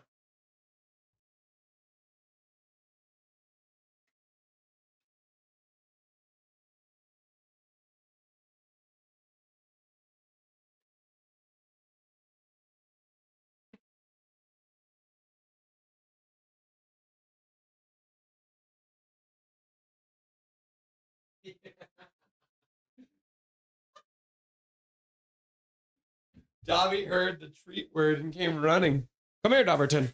Come here, my boy. Oh, yeah. Technically, the Canucks scored 3 goals last night, including the shootout winner by Ogren. So we're going to give him 3 treats today. So there's one, because this game has turned into a slog. So Dobby gets 1 treat for a goal. Dobby gets another treat for a goal. Oh, yes, Dobby, you're such a sweet boy, huh? And then Dobby gets a 3rd treat for the overtime or the shootout winner by Liam Ogren.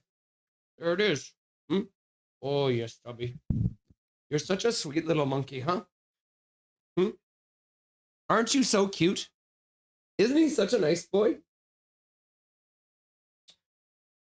May I have a kiss? Oh, thank you. What a nice boy you are. Okay. That's a nice one, aren't you? What a sweet young man you are. Oh, what a sweet boy. There you go, guys. You'll get a little more Dobby action later on. It's not too far away. 9 o'clock, we'll give him his dinner, but we're not quite there yet. Dobby, Dobby, Dobby. Dobby, Dobby, Dobby, Dobby, Dobby, Dobby, Dobby, Dobby. Sensei DY. Dobby, Dobby, Dobby. And then Emmanuel's like, Dobby, Dobby, Dobby, Dobby, Dobby. And then Zach's like, Crystal, Crystal. And then Colin Whitehead's like, please, anyone score effing goal, Vancouver. Canucks win the draw, but the Flyers take it back. Now the Canucks played out to the neutral zone. Sherwood picks up the puck, plays into the corner. They're going to call it offside, apparently. With 6:12 left to go. If Fangirl's like, Dobby, Dobby, Dobby, Dobby. And then as my Dobby, Dobby, Dobby, Dobby, wave! Learn the rules. And then Emmanuel's like, Dobby, Dobby. And Isildur's like, woof, woof. Did you hear that, Dobby? Isildur says, woof, woof. Big Mac, Dobby, Dobby, Dobby, Dobby. Coach Rob Willie in the house. What's up, Coach Rob Willie? Nice to see you, my dude. And then Michael Chow's like, target hockey plus foot hockey equals. Colin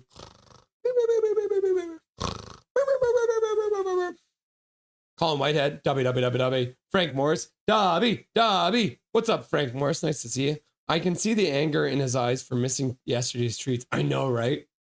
He's a vengeful boy sometimes. Nylander fires it towards the front of the net with a wrist shot, deflects over the glass and out of play. That puck just became a souvenir, Jim. Zach, Dobby, Dobby, Dobby. For the treats, yes. Ryan H, Dobby. Give Dobby more treats for being cute. Dobby is the bestest boy, isn't he? He's such a nice boy. I think he's sitting in his crate now. Shannon's in the house. I will give him more treats for sure. I mean, they already gave him 1, so we'll give him at least 1 more today. Treats. Can't spoil dinner. Yeah, can't. Hi, Shannon, says Coach. Hi, Shannon, says Fangirl. Face off in the Flyers zone. Couturier wins the draw against Carlson. It's like Carlson just lost his glove. Flyers put the puck in the Canucks zone. William plays it behind the net for Hronek. EP40 flips the puck high down the ice, just over the blue line. So now we have a line of Pettersson, DeBrusk, and Carlson out there as Adam Foote starts his gamely blender of lines. Russ, that's funny. I just fed my cat, laugh out loud. Woo! Good to hear you're feeding your cat. You love to see it. Pettersson plays it up the boards, gets stolen back by the Flyers. Now Hronek picks it up. He'll play it up for DeBrusk. DeBrusk with some speed. He fires it on Vladar. Vladar will kick it to the side.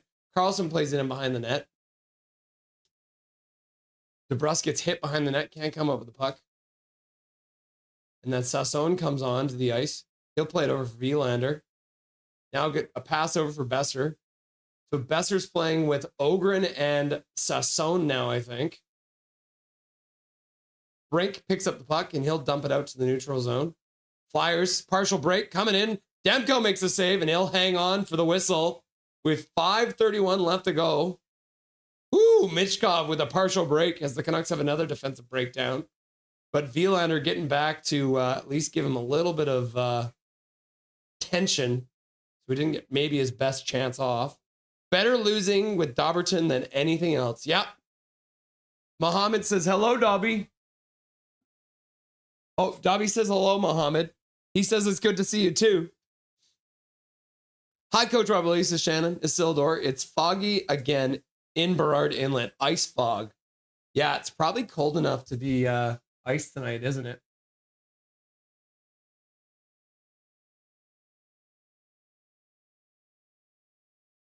Yeah, it's been cold the last couple days. I love Foots' tour. Tank, tank, tank, tank. Hi, fangirl, says Shannon. Tour for the tank. I like Foot as well, says Colin. Hi, Shannon. Hi, Coach, says Callum. What a night. Last night, triple stream night with them all back to back to back, basically. Yeah, so fangirl, you were in my stream and then Canucks After Dark and then Canuck Clay. Is that what it was? Canucks are going to be so fresh and rested by the end of the season with all these scratches. Yep. Leafs are fighting their way out of the bag finally, just as the snow flies. All right. So the Islanders do manage to win their game against the Blackhawks. So the Islanders come out with the 2 points. Bo Horvat back in the lineup, getting a goal from Vancouver boy Matthew Barzal. So despite the fact that there was no... Yeah, so Bo Horvat scores the only goal in the shootout as well. So Bo Horvat looking good. So that means if we update the NHL standings, that Prickfetti will be stoked to see that the Winnipeg Jets are in last place now.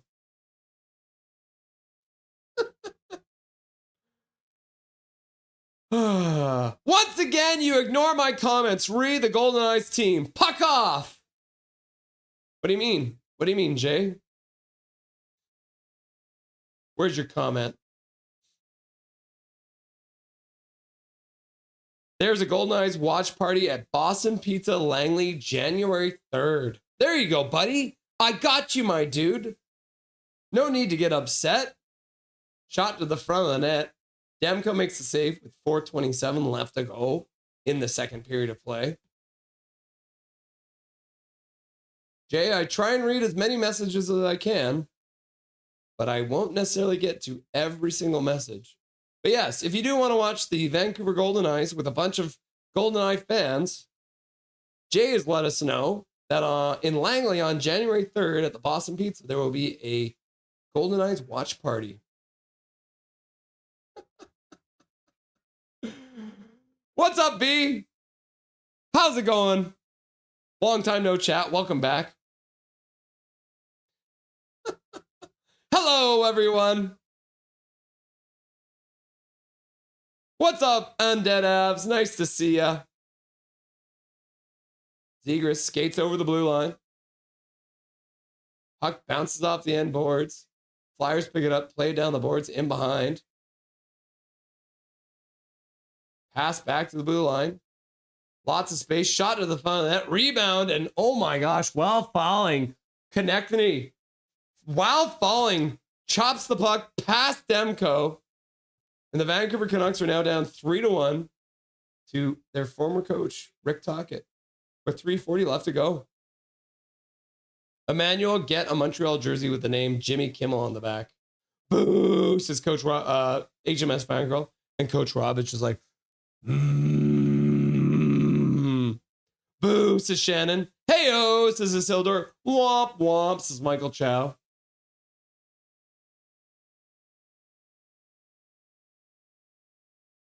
Why is Garland the one who's expected to cover the net front? Tor, go, go, go, go, go. Artie, go, go, go, go, go. Yikes, says Milosh. Plays back underway. Canucks dump it into the Flyers zone. DeBrusque moves in on the forecheck. Flyers played off the glass. Canucks had it for a second, but they give it right back. Flyers play it down into the Canucks zone. Shot to the front of the net by Sandheim, and Demko makes a save and hangs on with 3:17 left to go in the second period of play. Shannon is also making the face. B, Demko sucks. Darth Jenner's like, yes. And B's like, Mac, Isildur Bush brothers are in the chat. Dang it. Says Mohammed. Tor, today is a good tank day so far. Colin Whitehead, Emmanuel Zeev, Bouillon, and Garland for Canucks, Hudson, Demigod for Montreal, Bud. Oh, Demko makes a save on Tippett. Holy cow. Flyers take control. Canucks can't even get the puck right now. We're back in full spin cycle.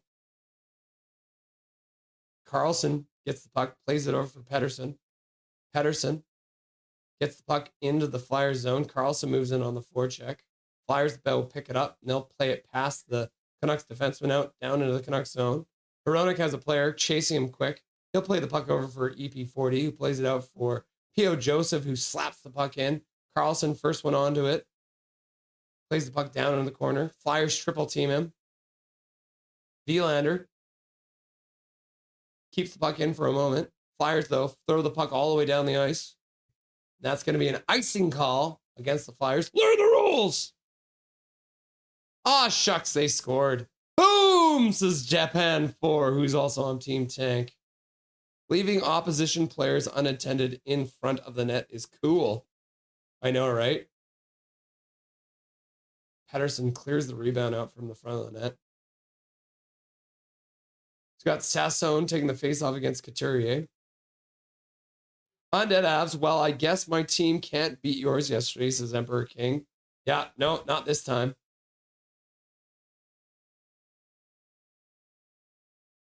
Flyers dump the puck all the way down the ice again. P.O. Joseph too slow to get back in time. Sassone comes all the way back to try and help out. Puck back to the blue line. Shot deflected out of play with 2:05 left to go.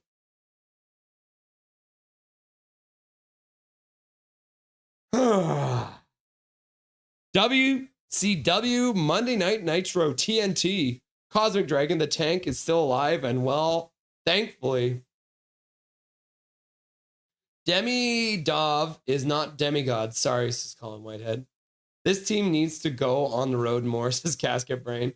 B, well, maybe with how bad we are right now, we can get a good round pick. Maybe. Emmanuel's cheering for the Flyers, I guess, now. Go, go, go, go. Dobby. Coconuts, go, Coconuts, go. Never mind. No, yeah, wrong team. Relegation. PD can try to win a Calder Cup. Oh, looks like the Marcus Pedersen taking a defensive zone high sticking penalty.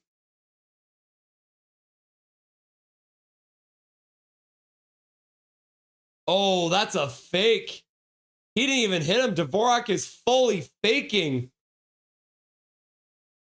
I don't think that's a penalty. I think that was an absolute acting job.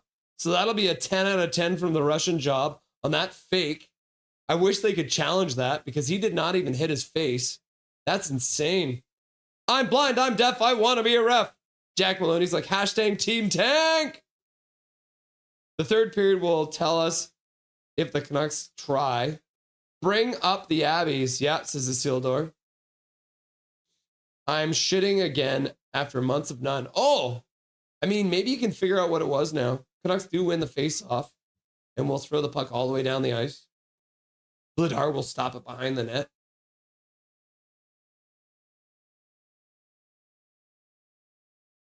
$145 left to go in the power play. 142. Oh, no. So it's about the same in the game and the power play. So maybe 1 second of power play time left. Connor Garland gets grabbed, so that'll end the power play. Puck got past the Flyers player, and he, instead of letting Connor Garland go, Drysdale grabs Garland, so it's going to be 4-on-4 now for the remainder of this period. Drysdale grabbing Garland. They'll lay at a minute and a half of a 4-on-4. I don't want to tank, says Shannon. Me neither. Johnny's back in the NHL. Too late tank time. Yeah, too late tank time. Not dunking on EP is shadow of his former self. Tonight he does not look great. The back-to-back nights might be the problem. He looks a little tired tonight. That is for sure. Flyers with a shot to the front of that. Demko makes another save. Pettersson picks it up with speed. He's going to do it all on his own because he has no help because nobody's fast enough apparently to keep up with him. Sherwood brings the puck outside the zone. Hronek has to pick it up there. Pettersson now picks it up just inside his own blue line. He'll stick handle back down into his face-off circle. Passes over there for Vielander, who gives it over for Sherwood. Sherwood passes out for Pettersson. Pettersson puts it down low. Zeed Buyam skates back up the boards, puts it down low. Sherwood in front, gets deflected away, trying to get the puck over for Pettersson. Connecting, puts it in the middle. Canucks will pick it up. Jake DeBrusk with some speed over the blue line. Has no support again, tries to go through two defenders. Puck into the neutral zone. Flyers, shot to the front of the net. Demko makes a save, can't hang on to it. Puck into the corner. Now the puck in behind the net. Picked up by Zegras. Zegras stops behind the net. Spins it out front. And again, a player all alone in front. Dvorak getting all the time in the world because no one's defending.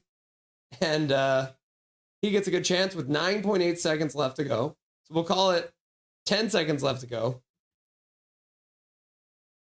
Looks like Tocchet only got a quick welcome back. Yeah. Players are playing a bit confused and soft defensively. Yeah, Mohammed, you're right about that.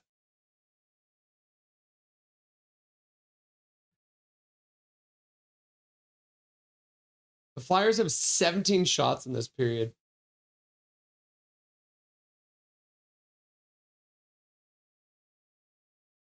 Canucks cannot win the ensuing draw in their own zone. Puck out front.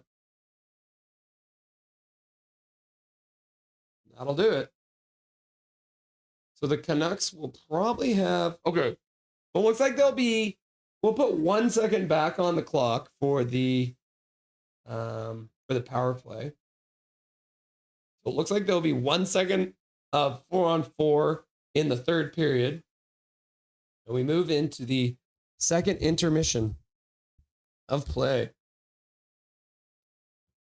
Oh my God.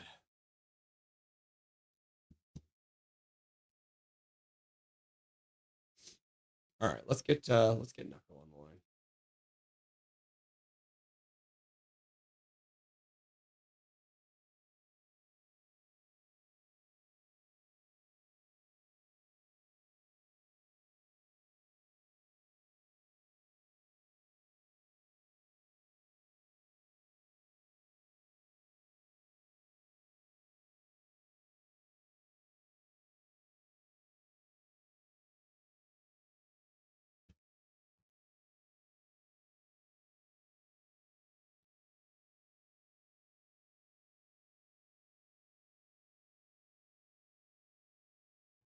Perfect.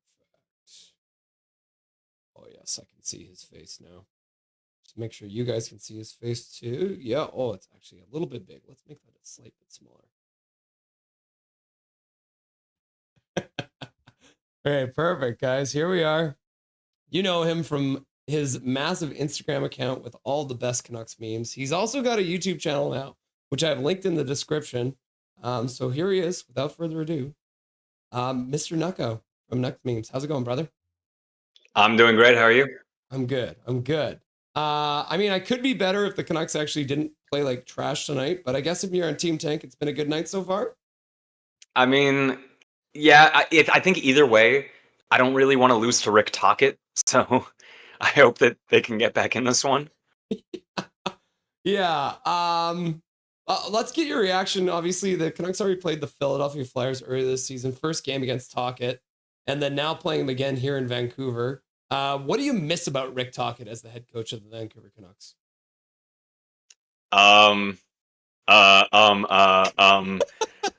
The defense was definitely better under Rick Tocchet, even if it made for more boring games. Our defensive play was very solid under him.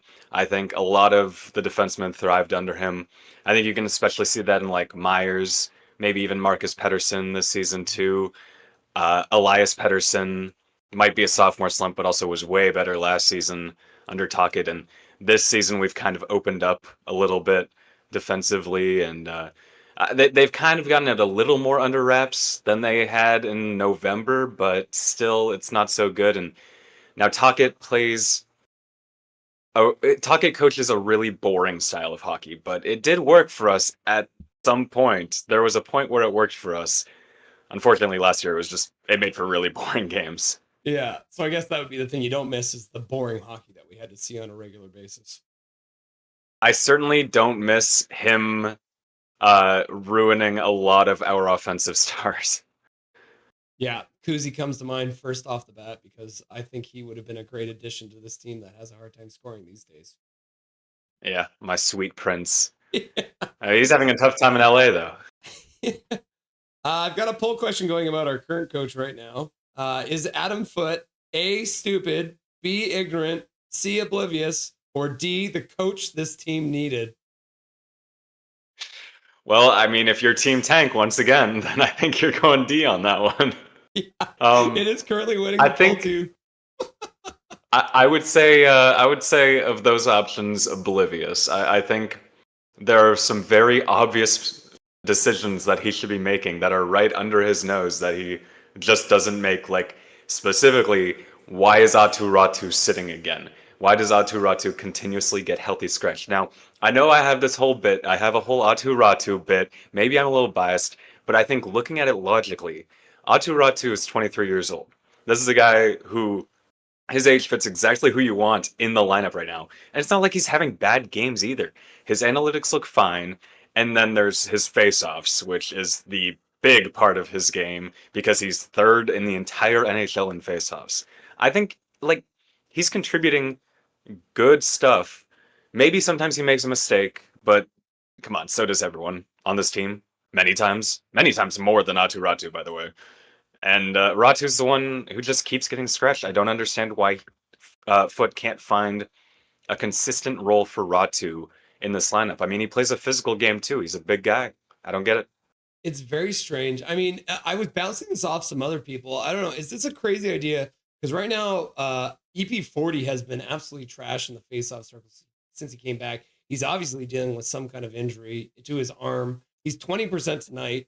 What do you think about the idea of shifting Pettersson over to the wing for the moment and having Aatu Räty as center?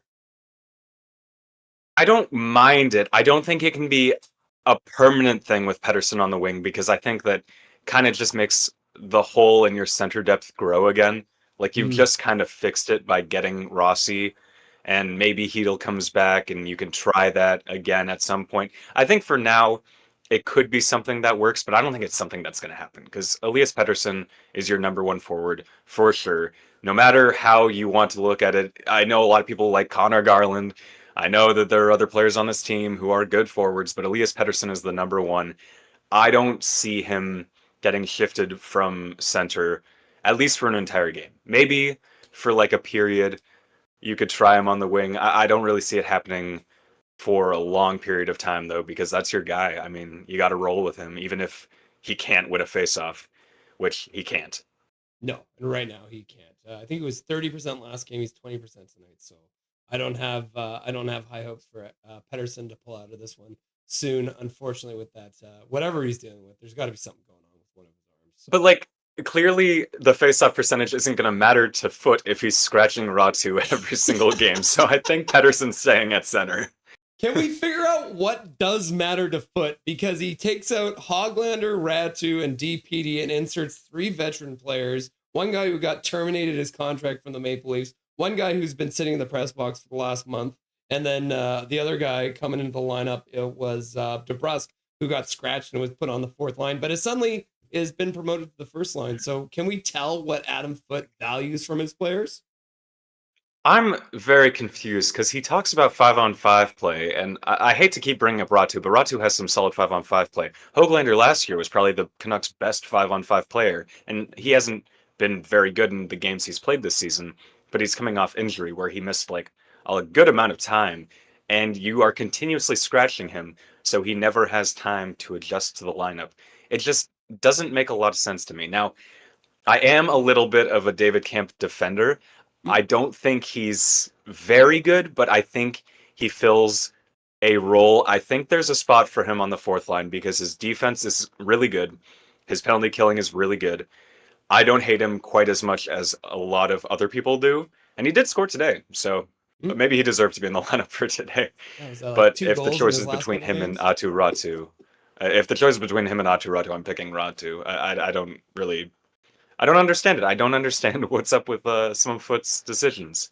No, I think he's the perfect tank commander for this team. And I think maybe Jim Rutherford just hired him specifically to get this team a higher draft pick because he did the same thing in Kelowna. I went back and read a bunch of articles about his time out there. And it's like, it's actually creepy how close his time in Kelowna was to what's going on here. Like it's a carbon copy of what happened there. So it's the same thing all over again, which is yeah, I mean, I think it's like really impressive to not have a single point per game player on your team in the WHL. So seeing that and seeing how bad he was in that league, I can't believe he was the guy picked for this. Obviously, like I was on Team Manny all the way. And I think somewhere, hopefully not in the very distant future, Manny could still be the guy. But you do have to think like some of the things Rutherford does. Is it intentional? Because we know Aquilini has fired general managers who suggest to tank. And Rutherford has probably seen that. Maybe I'm giving him too much credit, but maybe there's a chance Rutherford is doing all of this intentionally to make it seem like he's trying, when in reality, he knows exactly what he's doing and he's tanking without Aquilini knowing. Yeah, that's the running theory here on Nothing is Perfect with my co-host, Dustin, that Jim Rutherford is actually a genius and is pulling all the strings exactly how he wants them to go, and everything has gone according to his plan so far. I mean, I've kind of started to like him a little bit more recently. I think the way he handled the Quinn Hughes trade was, if it had to be done, I think I like what Rutherford did there. Because, like, I mean, he was good to Quinn Hughes, and Quinn Hughes talked about it, and that reflects well on the organization, but also the trade that he made. Getting Buyam, getting Rossi, getting Ogren, and a first. He said that was by far the best offer. Nobody came close, and I believe that. I'm happy with that.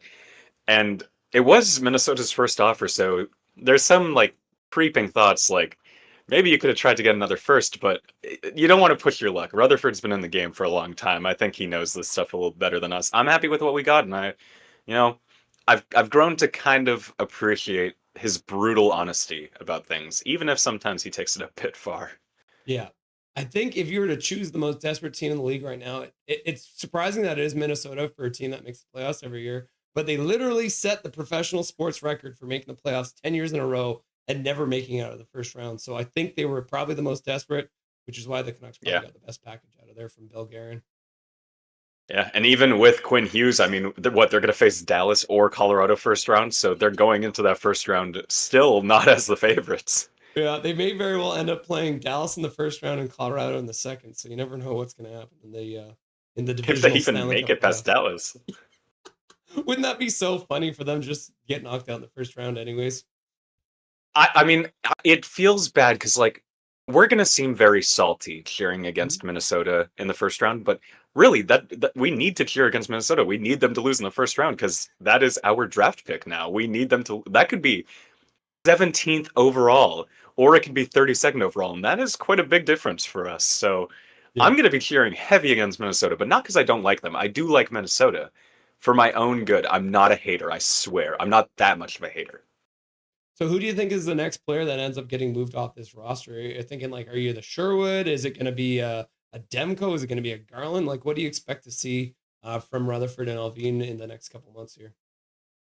I really don't see Demko going anywhere because he's been so vocal about how he wants to stay in Vancouver. And obviously there's the injury problems and the contract doesn't look all that great, but I'm okay to keep Demko. I don't know who's next, but there are 5 players who you absolutely have to trade before the season ends. And that's a lot, but they are absolute, you have to. And it's Derek Forbert, whatever you can get. Teddy Bluger, whatever you can get. Evander Kane, do it immediately for anything. I don't care. Get Evander Kane off my team. Kiefer Sherwood, and this one is debatable, but I think Connor Garland should be moved. So I don't know which one of those would be first. I think Evander Kane, if I had to pick, is first. But there are so many guys on expiring contracts who don't fit our timeline anymore. They have a lot of options. They could get they could stack up first round picks, which would be kind of nice. Yeah. I wonder, I just feel like they're not going to go for the full strip down. I feel like what we're going to end up getting is Kiefer Sherwood and Evander Kane might be the only 2 pieces that get moved off this roster. But I could be wrong moving forward. Maybe they do go a little deeper with this rebuild. I think if Bluger and Forbert can like come back at some point, they'd probably get moved just because like there's no way they're re-signing. But also their injuries are just such a mystery. Like what is going on with them? I hate that the Canucks don't disclose injuries like at all. Because are they ever coming back? It sounds like Forbert might not come back. So he's on a hybrid maintenance stay. So he won't play for the rest of the season, apparently, is what Foote said in his presser today. He said Bluger might be 2 weeks, but like you said, mysteries from the injury reports that we get from Adam Foote and his. I'm starting to call Adam Foote the pantry cook because all he can make is word salad. So that's what his new name is. I swear Derek Forbert went from day to week to like out for a month to then just gone. Like what happened there? So you've been covering the Canucks on Instagram for quite a while. You got a massive following over there. What are you over? You're over 60,000, I think, followers on Instagram. Yep. You've been doing the YouTube thing for this whole season. You've been doing. Have you done a post game after every single game so far this year? Yeah, so far every single game, at least like within the day after the game ends. What has been the hardest part this year of having a daily video about the Canucks on YouTube? The editing, I hate it so much. I hate editing my videos so much. One of these days, hopefully, maybe, if this really goes well, I can get an editor so I never have to do it again. I hate it. I hate it with all my heart. It would be so much easier if I could just record it, send it to someone, they edit it. I never have to deal with it ever again after I yap. That is tough, because it does take up a lot of time, and recently I've gotten a lot better at having all my thoughts come out at once so I don't have to make as many cuts, which is good because that has saved me some time, but still, like, editing is not fun at all. What's the feedback you've been getting on your videos compared to what you see on Instagram? What kind of different feedback are you getting from your fans on YouTube compared to Instagram? People on YouTube are way nicer. The people on Instagram bully me, but I like both dynamics. I'm okay with both dynamics.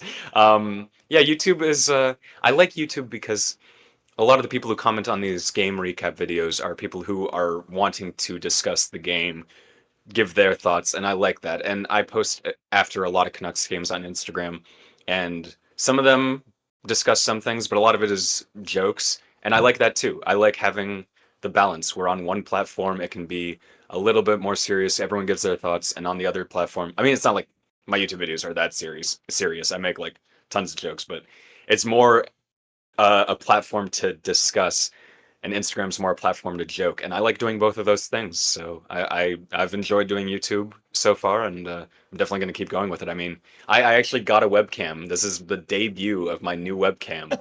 I'm in much better quality than I would have been yesterday. So yeah, it looks great. How did you get a new mic yet? I got a new mic a couple weeks ago because my my other one just like completely fried. I wonder if I still have the wire. I don't think I do, but this one, the one that I had for years, just like exploded. So yeah, I'm onto this one, which it looks a little more professional. So I'll take it. Did the Canucks have a chance to come back in this game? No, probably not. Rick Tocchet's just gonna do his terrorism puck and shut us down, and we're not gonna get anything for the rest of the game.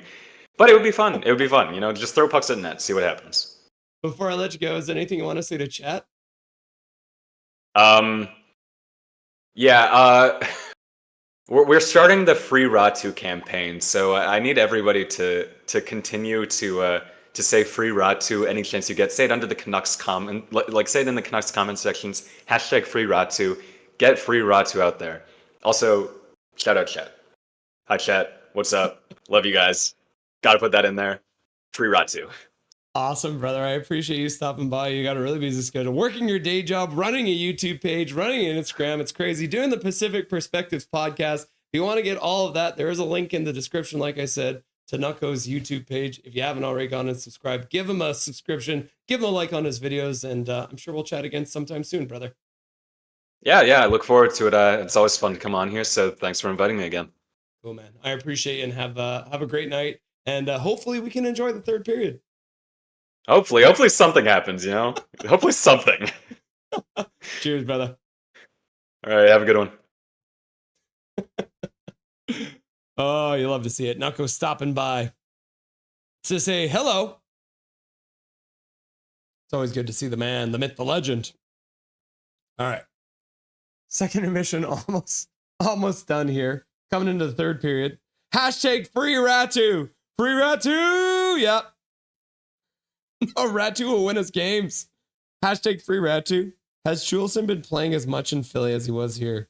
I don't think so. He's not playing tonight. Thanks for being on, Nucko.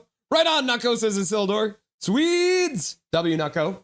All right, so Marcus Pettersson will be coming out of the box pretty much as soon as the puck gets dropped. The Canucks will go to a power play, a very brief power play.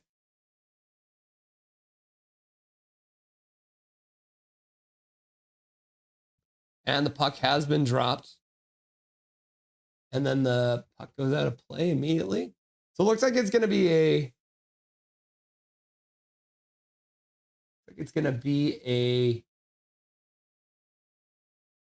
25-second power play for the Canucks. So let's add that time onto the clock here.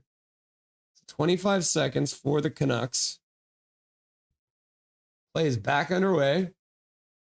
A pass down the ice. Right on Demko. He directs it to the corner. Canucks bring it through center. Vassar tries to pass over for PD. William chops the puck down the board. 6 seconds left. Patterson in the corner. Uses his body to protect the puck. Tries to play it back up. Gets double team. Loses the puck. Now it's a breakaway on the coming out of the box. Drysdale getting back. Hronek gives him a little bit of pressure.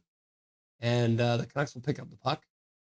And give it away at the Flyers blue line. Got to update this. Oh my God, what's happening here? We still have a second intermission on here, so let's update this to third period.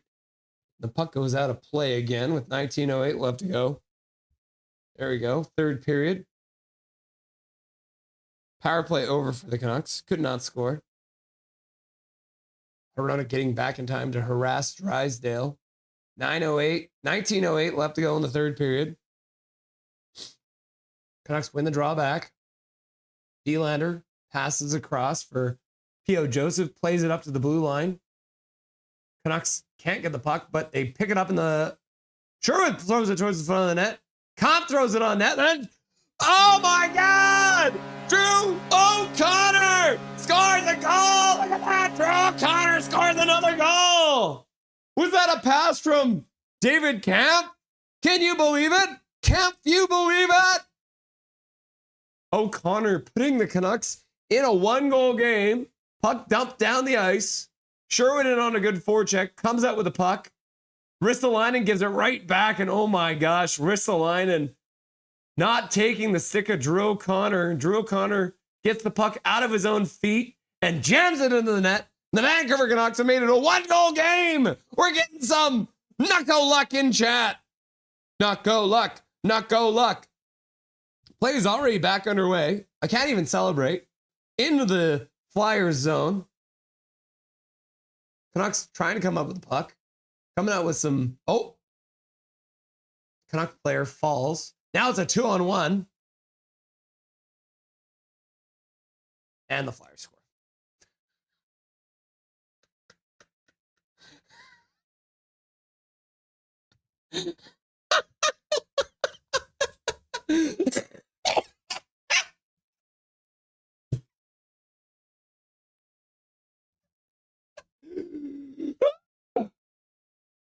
Rossi gets taken down, no call, and that creates a 2-on-1. Who is that? Oh my God. William goes and takes the shot rather than taking the pass, and Rossi can't get back in time. So William does his best Quinn Hughes impersonation and fails on a 2-on-1. And then Eric Hunter, I still gotta tell you guys about this. So it's a gifted membership coming in from oops, I forgot. Eric Hunter donating a gifted membership. I'm losing my voice now. Milosh is not happy about it. But Gerald getting a free gifted membership courtesy of Eric Hunter on the dot goal. But the Flyers have immediately scored to make it a 2-goal game again. So thank you very much, Eric Hunter, for the donation to Dobby's College Education Fund. Congratulations to Gerald getting the free gifted membership. Canucks come out with fire in their pants and then immediately give up a 2-on-1. Pettersson has the puck in the slot. Shot to the front of net. Vladar makes a save. Can't hold on to the rebound. Thank you, Eric Hunter. I appreciate you, my dude. Let's go, Doc! Big Doc! That's funny. We can't even celebrate the goal. Great work by Doc there. Kane loses the puck in the neutral zone. So it's Kane, DeBrusk, and Pettersson now. DeBrusk with a shot to the front of net. Vladar makes a save. DeBrusk tries to skate on the rebound. Can't get to it. Flyers will skate out 2-on-2 now. They'll stop just inside the blue line. Finding the trailer. Tries to take it off the skate, but can't. Now they'll put it down low. Myers chops it up the boards. Kane keeps the puck going. Now skating onto it is that Buyam? Nope. It was Ogren. He gives the puck away. Now the Flyers skate out again. They'll dump the puck in behind the net. Hronek can't get to it. Little help from Ogren. Tries to play it to the middle. Can't come up with it. Puck chopped back towards Demko. Hronek now picks it up. He'll play it off the boards into the neutral zone. Canucks will play it up to the blue line. Carlson can't get it. Flyers now, 3 men right on the blue line.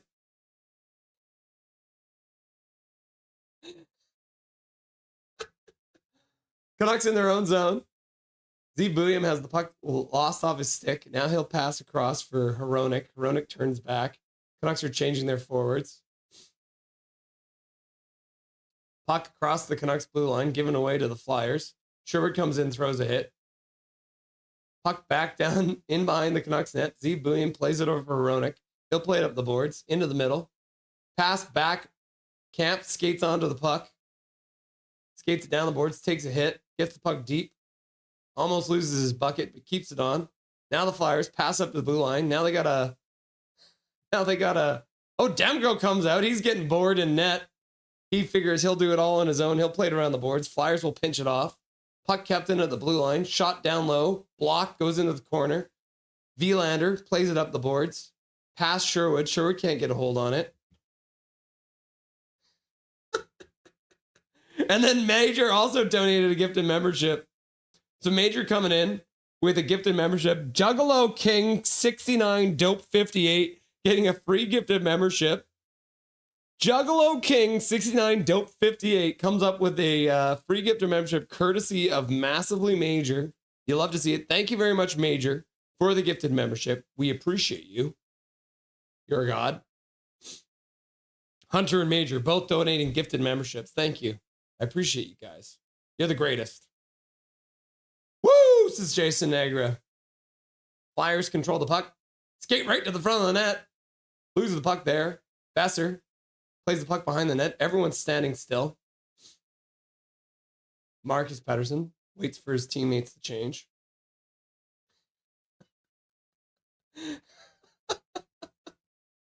Laugh out loud. Pinch it off. Rossi comes in. Can't get to the puck. Puck kept in at the blue line. Pass to the side. In front. Looks like it's Sassone out now with Ogrim. Sassone throws it to the front of the net. Through the crease. Puck out the other side. In behind the net. Carlson pokes into the corner. He skates down to grab it. Stops up behind the net. Plays it too far away from himself. Now the Flyers will pick it up in the corner and flip it all the way out to the neutral zone. So it looks like Buyam and Hronek are now a pair. Sassone, Ogren, So Booyam now holds on to the puck. The Canucks will change their forward lines. So we got DeBrusk out. He'll pass across the zone for Hronek. Passes up for Petey. He gets checked by a Flyers player. They'll pass it down into the near side corner. Booyam blows a tire. Flyers skate out front. Shot into the front of the net. That one goes off of Demko, I think, and out of play with 13:54 left to go. Connor was flu-footed. You just can't build a team this soft. Segmina's like, embrace, Sorvin Irvin to Segmina, embrace the hard. Because we have a crappy coach, someone throw Adam Foote out. Yeah. Nice to meet you, says Trent Lopez. Nice to see you. What's good? Nothing is perfect. Nice to see you, my dude. Bicentennial. It's 22:07. Canucks celebrate their high bicentennial of Luongo's bathroom break in the playoffs. Hashtag toilet, poop, pile of poop. Why are we so bad, says Jason Negra. Tiger? All right, it is 9:10. It's past Dobby's feeding time. So I'm going to grab some more water because I'm losing my voice again. I'm going to grab Dobby his dinner.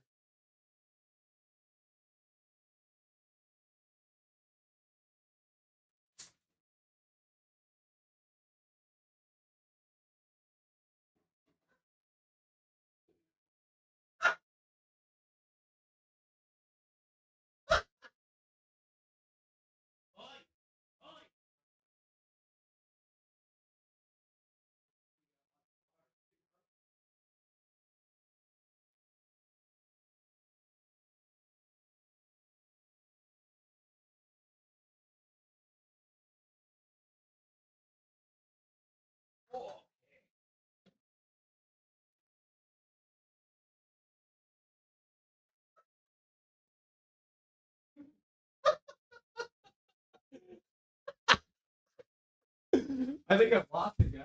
I can't stop laughing. This is the uncontrollable laughing, just so I won't cry. Oh, yes, Tommy. Okay. You have a seat right here. Get all nice and perched up. Got a nice big thing of food for Dobberton.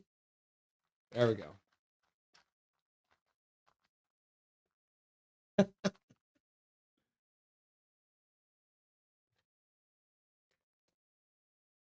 All right, plays back to get back underway in the Canucks zone. Flyers win the drawback, the winger win. One of the Canucks took a run at the defenseman at the point. You'll love to see it. Oh, yes, there you go, Dubby. Flyers take control, lose it behind the net. They'll skate in and pick it back up. Puck down the boards in behind the net. Myers can't block it. Puck out front, saved by Demko. Dobby eating away. Oh, yes, Dobberton. Oh, yes. Canucks. Sherwood shot over the net. Yeah, you want to lick the bowl a little bit more? Look at that. He cleaned it all up. Now we have to check again because yesterday you had food in your beard. Looks like he has no food in his beard now. Look how satisfied he is too, huh? Braden in the chat. Welcome back, Braden. Nice to see you. Who wants a tickle?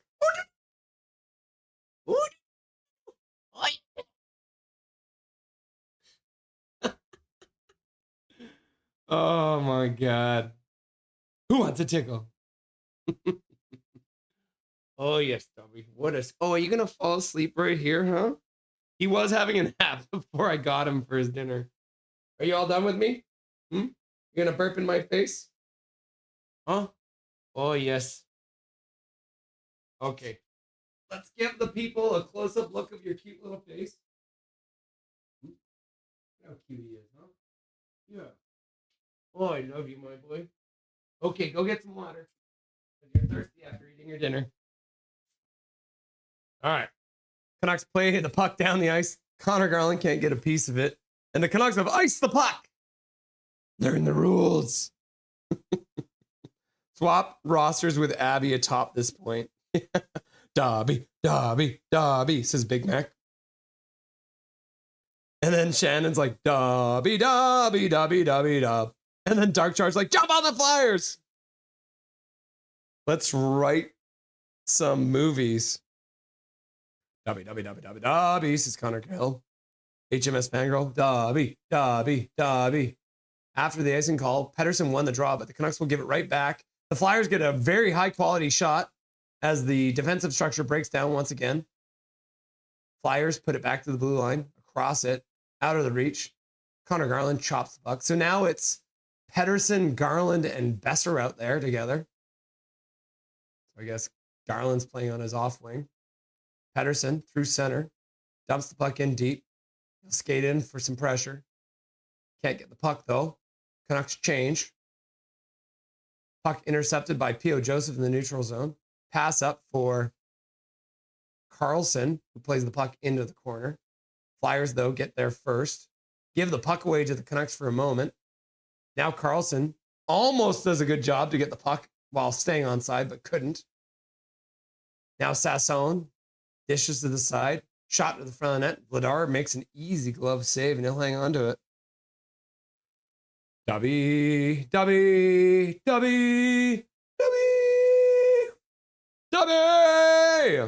That's what Colin Whitehead said. Right type, dictate, corporate. Right type, dictate, corporate. Cooperate? Who sucks more, Demko, Foot, or the defense? Net worth 2.0. Do you think under 6.5 is done if they shoot once, one more? Jersey tugging sports and games. I would assume there's going to be another goal in this game. I think it's going to be over 6.5. If you're asking me, Jersey, welcome to the stream, my dude. There's one more goal in this game for sure. So yeah, then 6.5 would be out.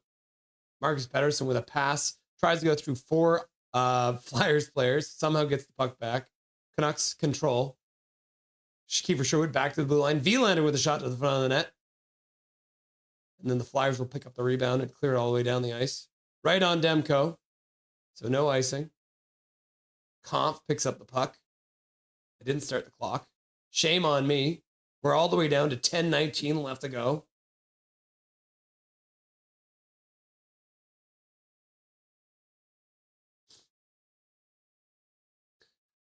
Canucks in their own zone. Pass out to the neutral zone.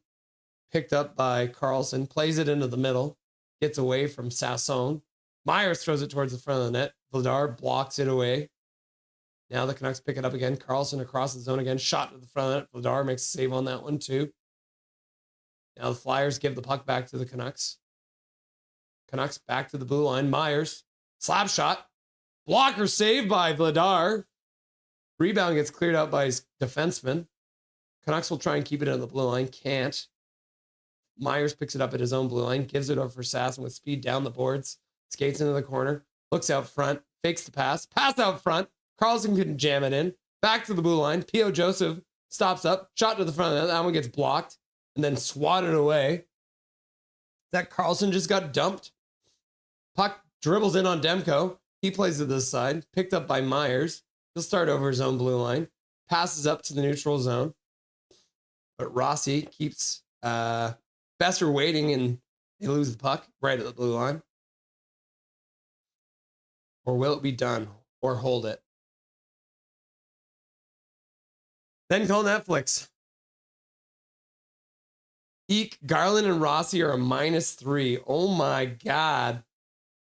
Yeah, you are correct. Garland and Rossi are a -3 each. The puck goes out of play. 8:44 left to go in this period. The third one.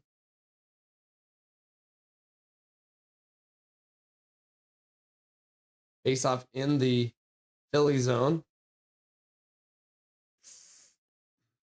Rossi taking the draw. Rossi can't win it. Flyers played around the board. So you have Garland and Rossi playing together. That might be the shortest line in hockey.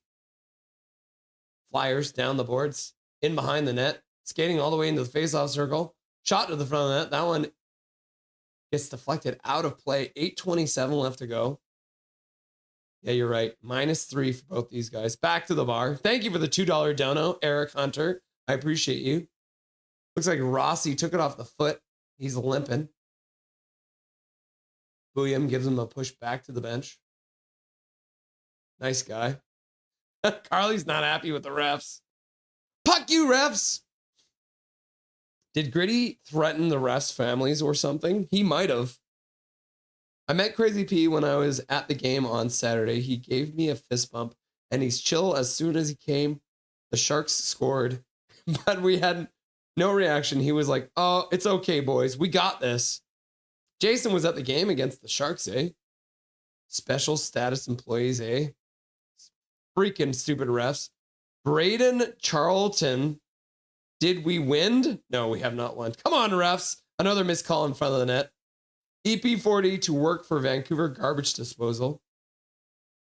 Going to cheer for the Oilers as the Canucks suck, says Shannon. Oh my lord. Trade trash can EP40 garbage. Oh my lord. Coming in with his annual or gamely demand for EP40 to be traded. Jersey tugging sports and games. Facts. POJ is Dobby's shite. He's not even as good as Dobby's poop. What's up, German Canucks? Morning, nothing is perfect. How's it going, my dude? Do you have the day off or do you have to work now?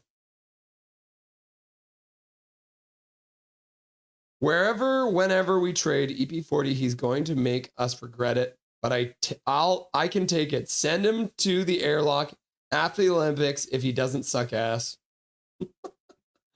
Haters are here tonight, says Donnie Bluebone. Absolute bias game. I hate these refs. Russ, who fits better on this team, McKenna or Stenberg? Probably Stenberg. We need some size. Leon Edwards. What's up, Leon Edwards? If only we had Phil Kessel. Can you imagine? He'd be right beside Costco every game. He'd be able to get as many hot dogs as he wanted to. I have the day off. Mrs. German been working. Yeah. Crystal is also working right now. Open the pod bay doors, Hal. I can't do that, Dave.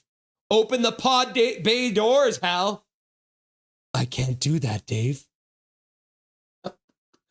Some of you are too young to get that reference. Deputy Donut is here rolling his eyes. 8 minutes left to go in this shit show of a game. Colin, I would say Stenberg. Yeah. Kane exists.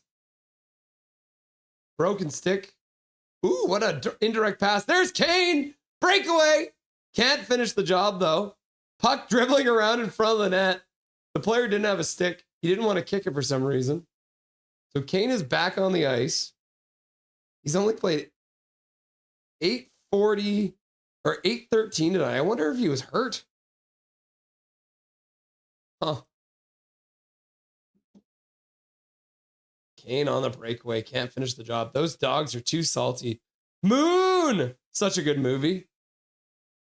Open the pod bay doors, Hal, is from a movie called 2001 Space Odyssey. So very close, Big Mac. The chicken chunks were okay. Russ, who says no Garland for Kent Johnson? DeBrusk with a bank pass. That might be the greatest bank pass of DeBrusk's career. Vladar makes a save, has no idea where the puck is. But Kane couldn't finish the job. How do you puck that up, Kane? Wait, that is Moon, right? No, it's not Moon. Moon spells moon. It's from a movie called 2001 Space Odyssey. I can't do that, Hal. Hal, open the pod bay doors. I can't do that, Dave. Doesn't anyone remember the pucking Canucks Pearl? That was Kyle Mother Puckin Wellwood. Was Nebraska a healthy scratch? He was, Leon. Can you believe it, Leon? Welcome to the stream. Nice to have you. Alpha Chief's in the house. Hi, nice to meet you. Just found your channel. Nothing is perfect. Nice to have you too, Alpha Chiefs.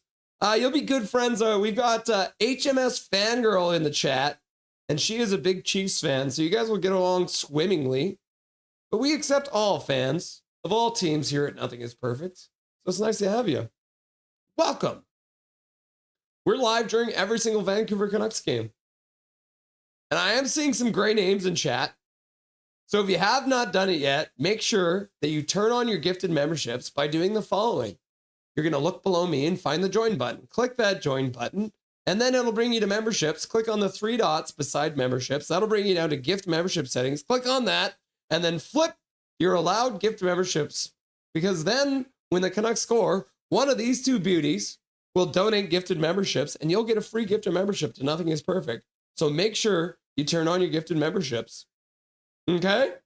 Welcome. Welcome. Nice to have you, Alpha Chiefs. Puck goes out of play. Shannon, I like the idea of Garland for Kent Johnson. Yep. Kyle Wellwood was a man possessed by burgers. if if Phil Kessel likes hot dogs, then Kyle Wellwood likes hamburgers. That was from Stephen King's The Stand. The dumb guy, that was the hero. How's DeBrus a healthy scratch, but Kane isn't? Your guess is as good as mine, Jason Negra. Thank you, Shannon, says Colin. Wakes up when the Mammoths win, laugh out loud. How have the Mammoths been doing lately? They're not doing too great, are they? Let's have a look at the NHL standings.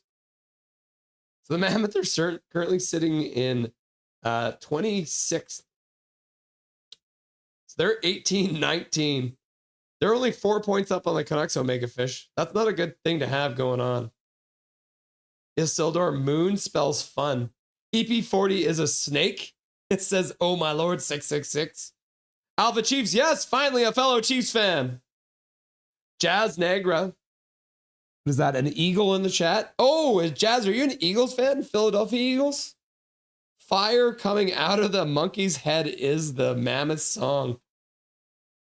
That sounds like a badass song. I don't think I've ever heard it. Sounds good, says Leon Edwards. Yeah, turn on your gifted memberships. Canucks, please keep tanking, says oh my lord 666. I don't think we have a choice in the matter. Fangirls aren't the Chiefs out of the playoffs this year?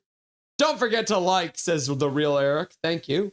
Play EP40 more for the tank, says oh my lord 666. Tankers, we probably gonna lose. After all, it's a hockey game and nobody on our professional hockey team has the stones to drop tarts and resist losing. Fair enough. Jason Agra, HMS Fangirl. Eagles, Eagles, Eagles. And then, yes, Collins is Fangirl.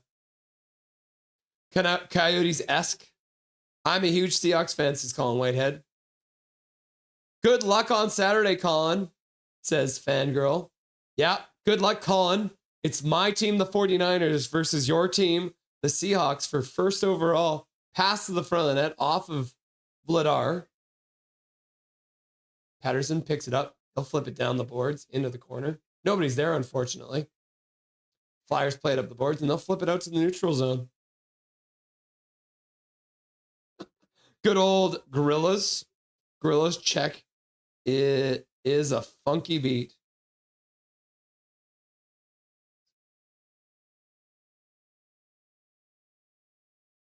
Fire coming out of Monkey's head.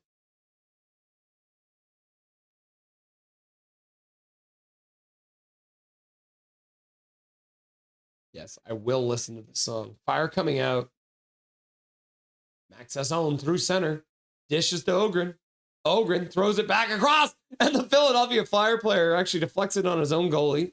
Vladar makes the save, though. Looks like the Flyers have taken a penalty. So the Canucks pull Demko. So they'll go 6-on-5 for the moment. Little extra power play time.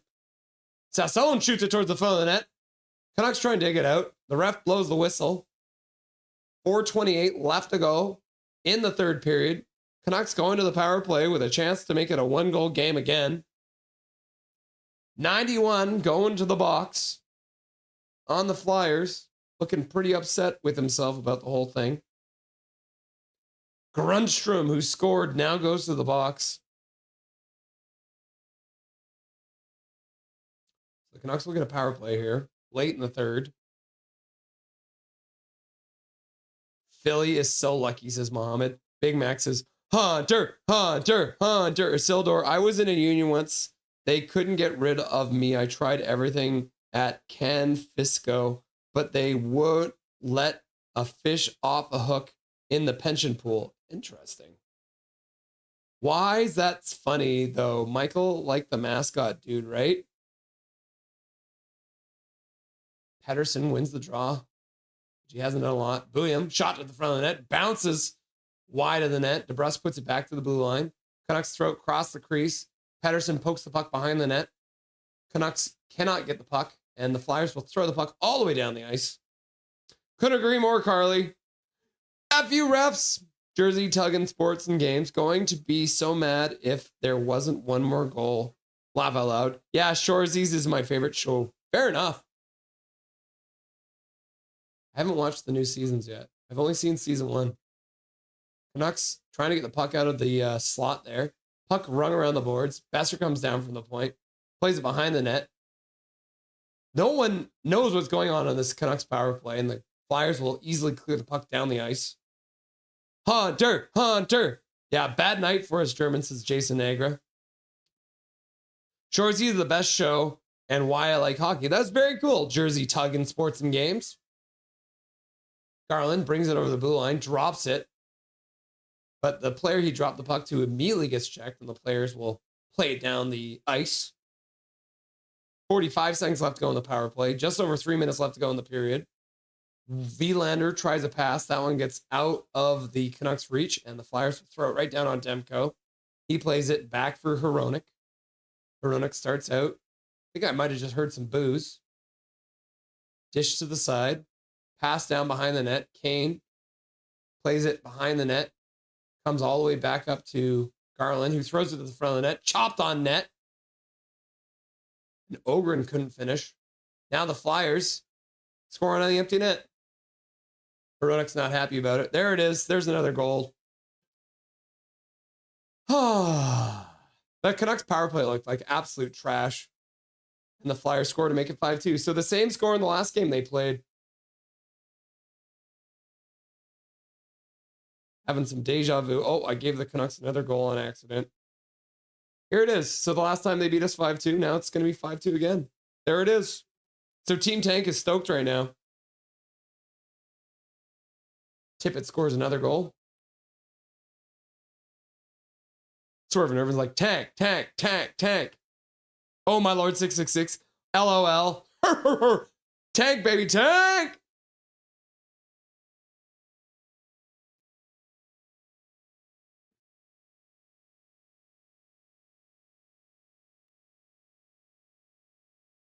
Canucks didn't even have control when they pulled their goalie. Once again, they screw up the simplest of things. The power play is now over. Will the Canucks pull the goalie again? Probably not. Flyers dump it deep and move in on the forecheck. Holy shit. They dump the puck in and move on the forecheck again.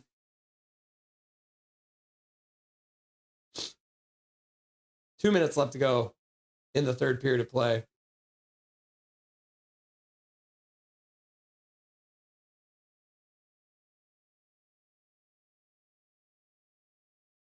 Showed shot. Puck to the front of the net. Bouncing around. Vilander scores! Woo! Vilander scores! With 1:44 left to go, Tom Vilander puts the puck into the empty net as Vidar had fallen and was sitting beside his net rather than in it. Good shot there by Sherwood. Flyers try and clear it out right to Vilander, and Vilander will throw it right past, so the Canucks make it a 2-goal game once again. Maybe they will pull the goalie again. Hilarious if they do. Real Eric Hunter with a $4 dono. Laugh out loud. 4 wins on home ice so far. Yeah, there's a $4 dono for 4 home ice wins for the Canucks. Go, go, go, go, go, go, says Cal McKenzie for Vilander. Evelyn, go, go, go. Thomas, go. Or, sorry, Mohammed, go. Zachary, go, go, go, go. Coach Rob Lilly, go, go, go, go, go, go, go, go, go. Swerve and Irvin, go, go, go, go, go, go, go. Shannon, go, go, go. And then Luke Flyswatter, I haven't seen you tonight. Go, go, go, go, go, go. Canucks tipping in. Drew O'Connor barges in, takes the puck, plays it back to the blue line. William on the blue line. looking for anything. The Canucks are all standing still, so he has nothing to do with it. The Canucks have pulled the goalie again, but nobody's moving, so the Flyers will get the puck, float back to the blue line. Shot to the front of the net, off the side of the net. Very good shot there. Camp picks it up, plays it back to the blue line. Hronek with a shot to the net. Vladar makes a save, might have been with his head. Canucks chop it down low. O'Connor plays it up the boards. One of the Flyers have lost their stick, so now it's a 6-on-4 for a moment. A pass in the middle, and the Flyers will have a chance to shoot it, and they will get another empty goal. Philadelphia makes it 6-3.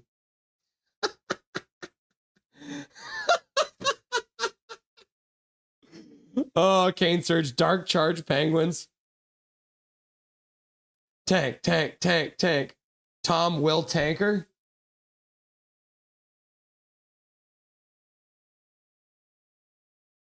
Sherwood's chirping at the Flyers bench.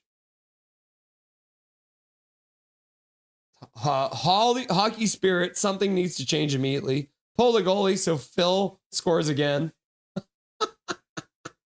Changes nothing. Let's keep the L's coming. Boo, no yum.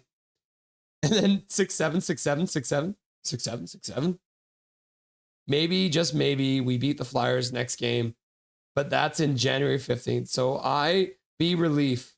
Maybe. That would be nice. I wouldn't mind if you beat them.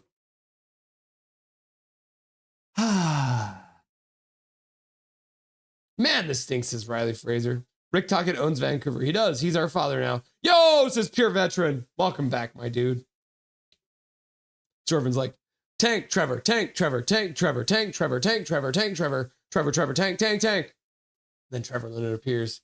Swear jar. Watch foot pull the goalie. Pull both goalies in the net at the same time. Puck into the corner. And that'll do it. It's okay, Mrs. German. Don't have to yell at me now since she's not watching the game. Yeah, that's good. Gotta laugh because crying is embarrassing. Yeah. That's why I'm crying or laughing uncontrollably. Final score. Canucks lose 6-3 in dramatic fashion. Sherwood chirping, you guys are so good. Just wait till I get traded to your team. Calum's like, Katy Perry. Trevor Linden. Definitely some booze. Yeah, the real Eric Hunter hearing the booze too. Too evil. Tank. Artie, I miss you, says Riley Fraser. I miss him too. Coach Robert Lee, game over. Thank you very much, Philly, says Japan 4. I've never seen this many goals in a long time. Laugh out loud. Goalies must be really bad today. Good Lord. Yeah, normally, like I said, in the stats that you want, but you don't really need. In the last 10 games these teams have played, there was only, look at this, 48 goals in total. So we're talking about 4.8 goals per game, right? And then the last 2 games these teams have played, if we look at it, it's been 5-2 and 6-3. So the Flyers have scored 11 goals against the Canucks in the last 2 games, which is insane. Back to the bar. Darth Jedi is here. GG, nothing is perfect. Yeah, congrats on another win for you, my dude. You guys played way better than us, and that's very clear. Hunter with 5 gifted memberships in the chat just to raise the spirits. We appreciate you, Eric Hunter, coming in and dropping 5 gifted memberships. I guess for the Vilander goal, we'll call it. And we get free gifted memberships flying out to Lefty All Around, Chris Simons, Being Ian, Blue Fire, and Ontario Secret, all getting free gifted memberships courtesy of our legendary donor, Eric Hunter. So thank you very much, Eric Hunter, for your gifted memberships to Nothing is Perfect and Dobby's College Education Fund. Yeah, like that's Dustin on the line.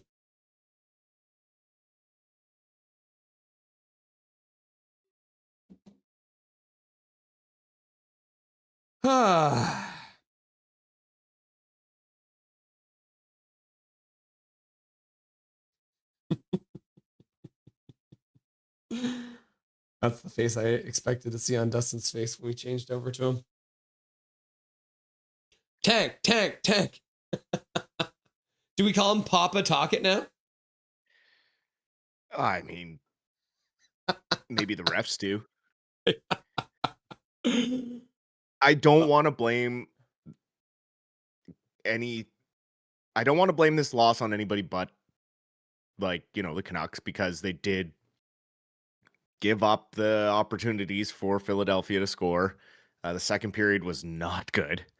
The second period was horrible. However, they come out in the third and do exactly what they need to do and get the 3-2 goal early.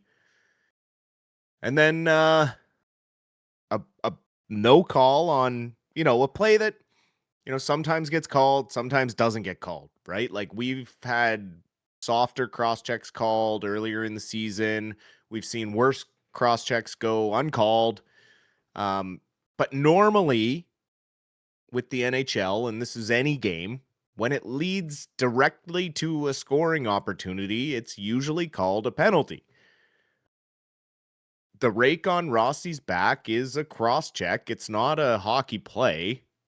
It does, tick the boxes of a cross check using, but it goes undetected. And then Garland, a huge slew foot in front of Demko there, gets his feet kicked out from behind him, hits his head on the ice. He's lucky that, he was able to stay in the game and the concussion spotters didn't pull him. And then a can opener on Carlson in front of the Flyers net that definitely should have been called as well. Like, the stick between the legs, that's a penalty. That's tripping. It's tough. And by the looks of it, Rossi's hurt. He didn't come back after blocking that shot. Sherwood took his place on power play 1. So great. We're back to short another centerman. Hopefully it was just a stinger and he's okay to come back Friday against the Kraken. But, overall, we obviously need more from our top 6 forwards, like all of them collectively. Our scoring continues to come from the bottom 6, Kampf and O'Connor tonight. And then, kind of a broken play that ends up on Vlander's stick. But again, that's our bottom 6th lineup out there. Sherwood creating that one, to pop Sherwood and Garland, or not Sherwood and Garland, Sherwood and O'Connor again, kind of the only ones out there creating anything tonight, in the way of offense and good offensive opportunities. There was the Kane breakaway that, he did fool Vladar. Vladar got lucky that it hit him in the shoulder. It would have beat him. But again, you have to capitalize on those moments. You can't have it be a maybe. Like, we need that forward that when they get those breakaways, we're like, okay, they're going to score 9 out of 10 times. Instead, it's like, oh, when we watch Kane go in on that, it's kind of like, is he even going to get the shot on net? It's tough to watch. It's tough to watch a coach go into an intermission in the first intermission and adjust properly and see what Tocchet did to come out in the second period and absolutely dominate over Foot. It's a huge mismatch in the coaching front in that aspect. But yeah, it just this team continues to blow my mind, right? Like, yesterday we see the battle back, and even tonight, like, we see them battling right until the last minute, but you got Foot pulling the goalie every 2 seconds and, not really giving the power play a chance. And man, it's like up and down, up and down. So and a lot of your interview with Nucko, man, he nailed a lot of it, right? Like, I agreed with a lot of what he said. So my brother is in chat watching from Australia. He says the Rossi wasn't a penalty, but he says the Garland and the Carlson one were absolutely penalties. And I understand where we're coming from, but at the end of the day, it does not matter that the refs didn't call anything, because 1, the Canucks had 4 power plays. The Flyers only had 1 power play. And then 3, on the power play, guess how many shots they had on the power play tonight, Dustin? In 4 power plays. 2. If lucky. They had 3 shots on the power play. 1 shot by Phil Hronek on the power play in the second period. 1 shot by Pettersson on the power play in the first period. And 1 shot in the second period by Kiefer Sherwood on the power play. So they literally had 3 shots in 4 power play opportunities. This power play wasn't going to save them. It started to feel very similar, and this is going to give PTSD to some people, but 2011, the Boston Bruins did whatever the hell they wanted because it just got to a point where the referees are like, I just can't call 15 penalties in this game, right? At some point, the Canucks need to figure out how to stand up for themselves and take it like a champ and turn things around, because after the first 10 minutes of that game, the Canucks played like shit. There's no other way to put it. They were discombobulated. Nobody knew where to be. They got spun up all the time. Their line changes were slow. They couldn't complete 1 or 2 passes. The only guy who looked good out there, can you believe this? Drew O'Connor was our best player tonight. Drew freaking O'Connor. And if he's your best player on the ice, you are screwed.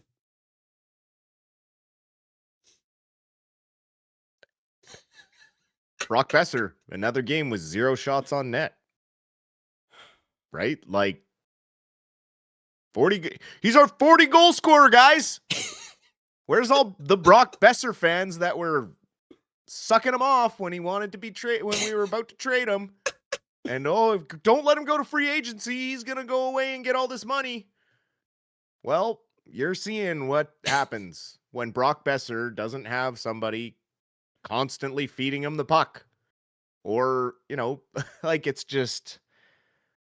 Did we ever think trading JT Miller would absolutely... The only thing that trading JT Miller did was lose us Pedersen and Besser. Trading JT Miller was like giving away PD and Besser, because apparently the only way that either PD or Besser can remain consistent is if they had JT Miller on their line, which is crazy too, because we all had our issues with JT Miller as well in many different ways, his defensive liabilities and stuff like that. So, but apparently giving away JT Miller has left us with a husk of Besser and a husk of Pedersen. I mean, it was downward spiral the minute they traded Horvat. Well, the minute they gave Miller the long-term contract over Horvat, everything went downhill. Horvat continued to be a professional and almost put up 30 goals that year for the Canucks before he was traded. Right? And he knew the writing was on the wall, right? Like they weren't signing him long-term and he was going to be traded at some point in that season. He still played his ass off. Like that's, commendable. So and when then Team Canada the announces locker their room roster problems tomorrow start and Bo when Horvat's on it, how are you going to feel? I'm going to feel happy for him because he's not here in this mess. His team's 22 and 14 and sitting in a playoff spot. He scored their shootout winner tonight. It was a beautiful goal. But we got Drew O'Connor. Scored a goal and an assist tonight. And Adam Foote. The perfect take, Commander. Like, yeah, it goes back to... Honestly, it goes back to the way that they fired Bruce Boudreau. Mm-hmm. And it starts with the way that you treat people. And I think they lost a lot of respect from some of the players. I think maybe that was a turn in some of these guys. Like maybe Besser and maybe Pedersen. Maybe these guys are frustrated with management. I'm not trying to make excuses for guys, right? Like these guys are getting paid millions of dollars. They need to be better. I get it. But at the end of the day, like, man, this just is a disaster. Like it just feels like a disaster, man. I mean, that is my running theory now. Like they have brought in Adam Foote to tank this team because, correct me if I'm wrong. It's gotta be, and tell me I'm crazy, Dustin.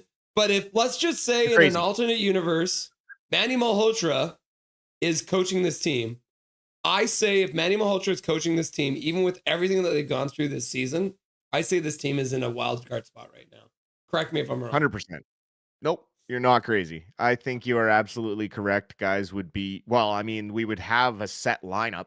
We wouldn't have guys going all over the place, up and down and sideways. We wouldn't have, oh, let's put 3 lefties together on the top line because Besser's not going. It's like, no, put Garland up there or someone. Like, don't make a line of DeBrusque, Kane, and Pedersen. Like, that's just so stupid. You bench Like, it's just DeBrusque one game, and then the next game you start him on the 4th line, and then you start the second period with him on the top line. Like, what are you even doing, bro? So I told you, poll Besser's question. the next one that's going to be in the press box. So I don't know. Did I ask you this poll question yet, Dustin? Is Adam Foote he's oblivious. Stupid, Absolutely ignorant, oblivious, or the coach this team needs? He is oblivious, but he's the coach that Rutherford wanted because, you know, he says all the feel-good things in the media that Aquilini's going to hear. And it's easy to say, like, look at these guys are putting out a good effort. We're just not good enough, right? Yeah. But it's really frustrating because you see games where, I mean, you see the first 10 minutes. It's like, where has that gone all of a sudden? Where does it go? It makes absolutely no sense. Because the Canucks It make makes no one sense. error and the puck's in the back of their net. They literally are out shooting a team 10-0, and then one mistake happens and ends up in the back of the net because someone does something stupid and it ends up in the back of their net. Yeah.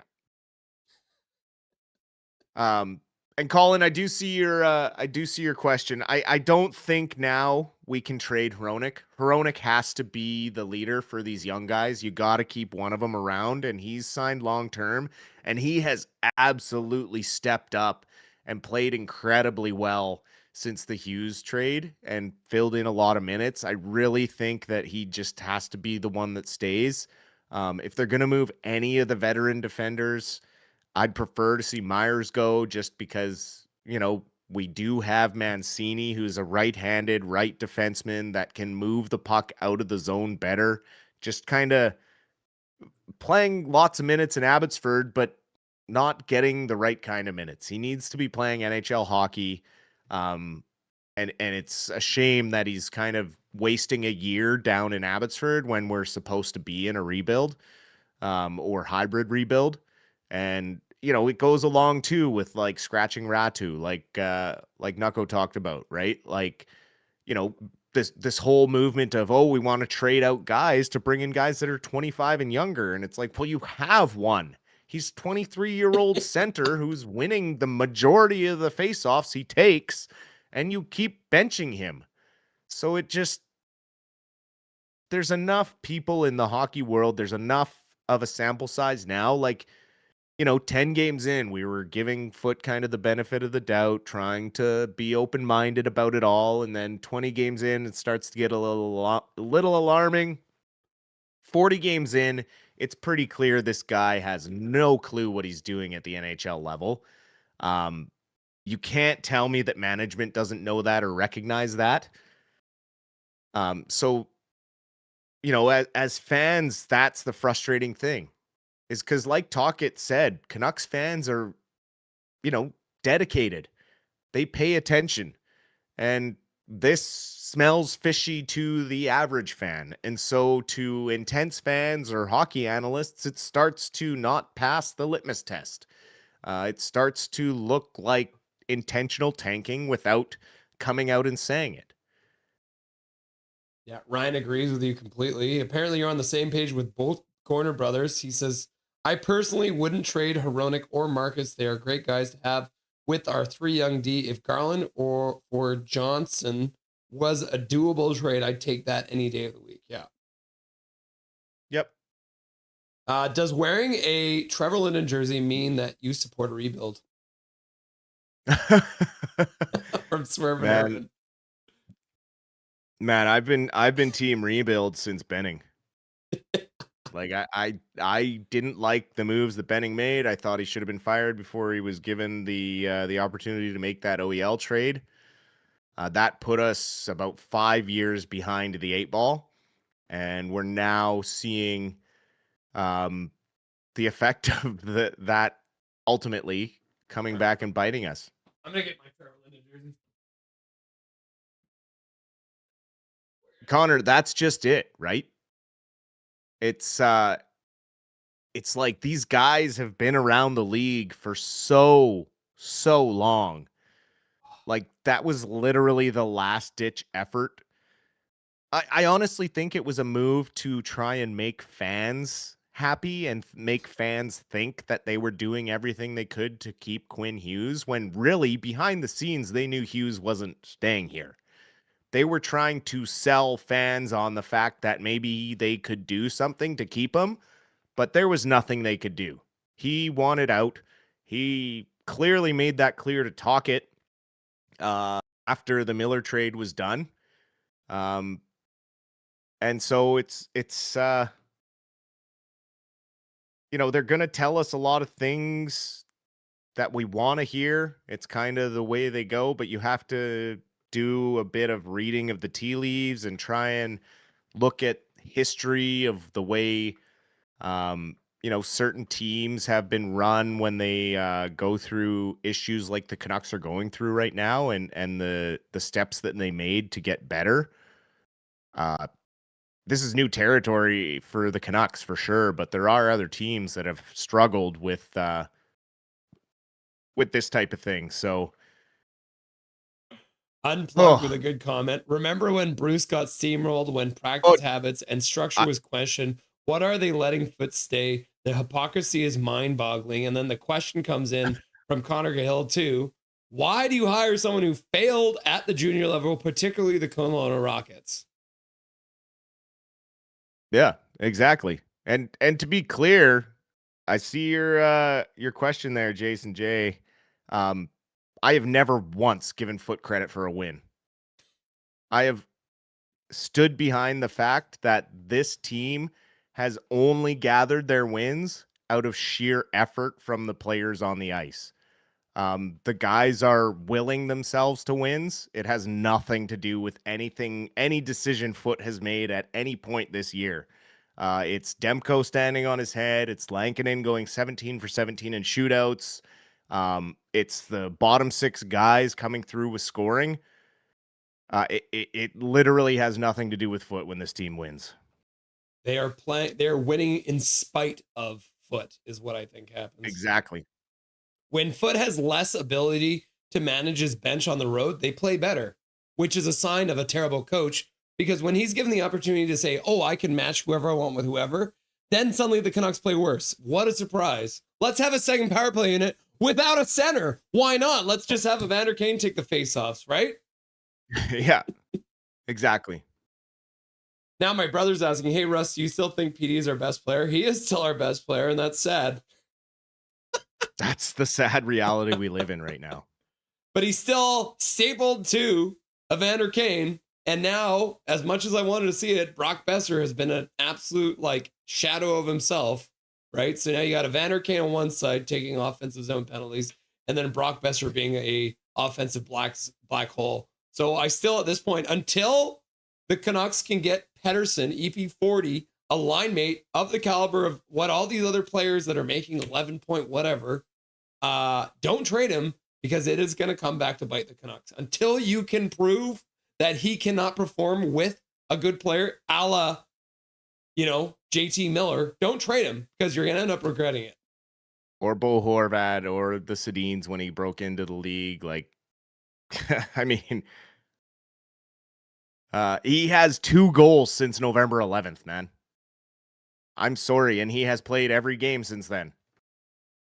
I'm sorry, but that is not enough from Brock Besser, and he gets a free pass for whatever reason from media and fans, and it's like I'm over it, man. I've been over the Besser thing for a couple of seasons. I've been waiting for him to get traded. I've honestly been begging for him to be traded because I'm over the Besser free ride and everything, and the drama every trade deadline. Yeah. And we're seeing it. I was absolutely right about what I said to a lot of my buddies about Besser. I was like, that contract is going to age like milk.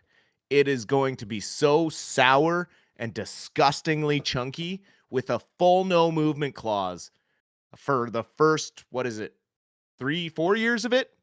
We can't even, and then modified no movement for the last chunk. So, that one's gonna suck, guys. asking if they got their rings yet. I don't think they've gotten their rings yet, but like I said, I'm going to have Ben Lipka, who is the guy who broke the story. He's actually going to be on the show with us on January the 2nd. So we'll get an update from the source. It's going to be really cool. I had booked him already to come on because he covers the Abbey Canucks. He works for the Abbey News. So I will definitely get the update for you guys coming up on the game when the Canucks play on January the 2nd, which is coming up on Friday. So Ben Lipka will be joining us during the Abbotsford Canucks game, which will be the first part of our doubleheader. That'll start at 5 o'clock. And then Colin Whitehead with a good comment that says, Ratu should be the center on PP2, just saying.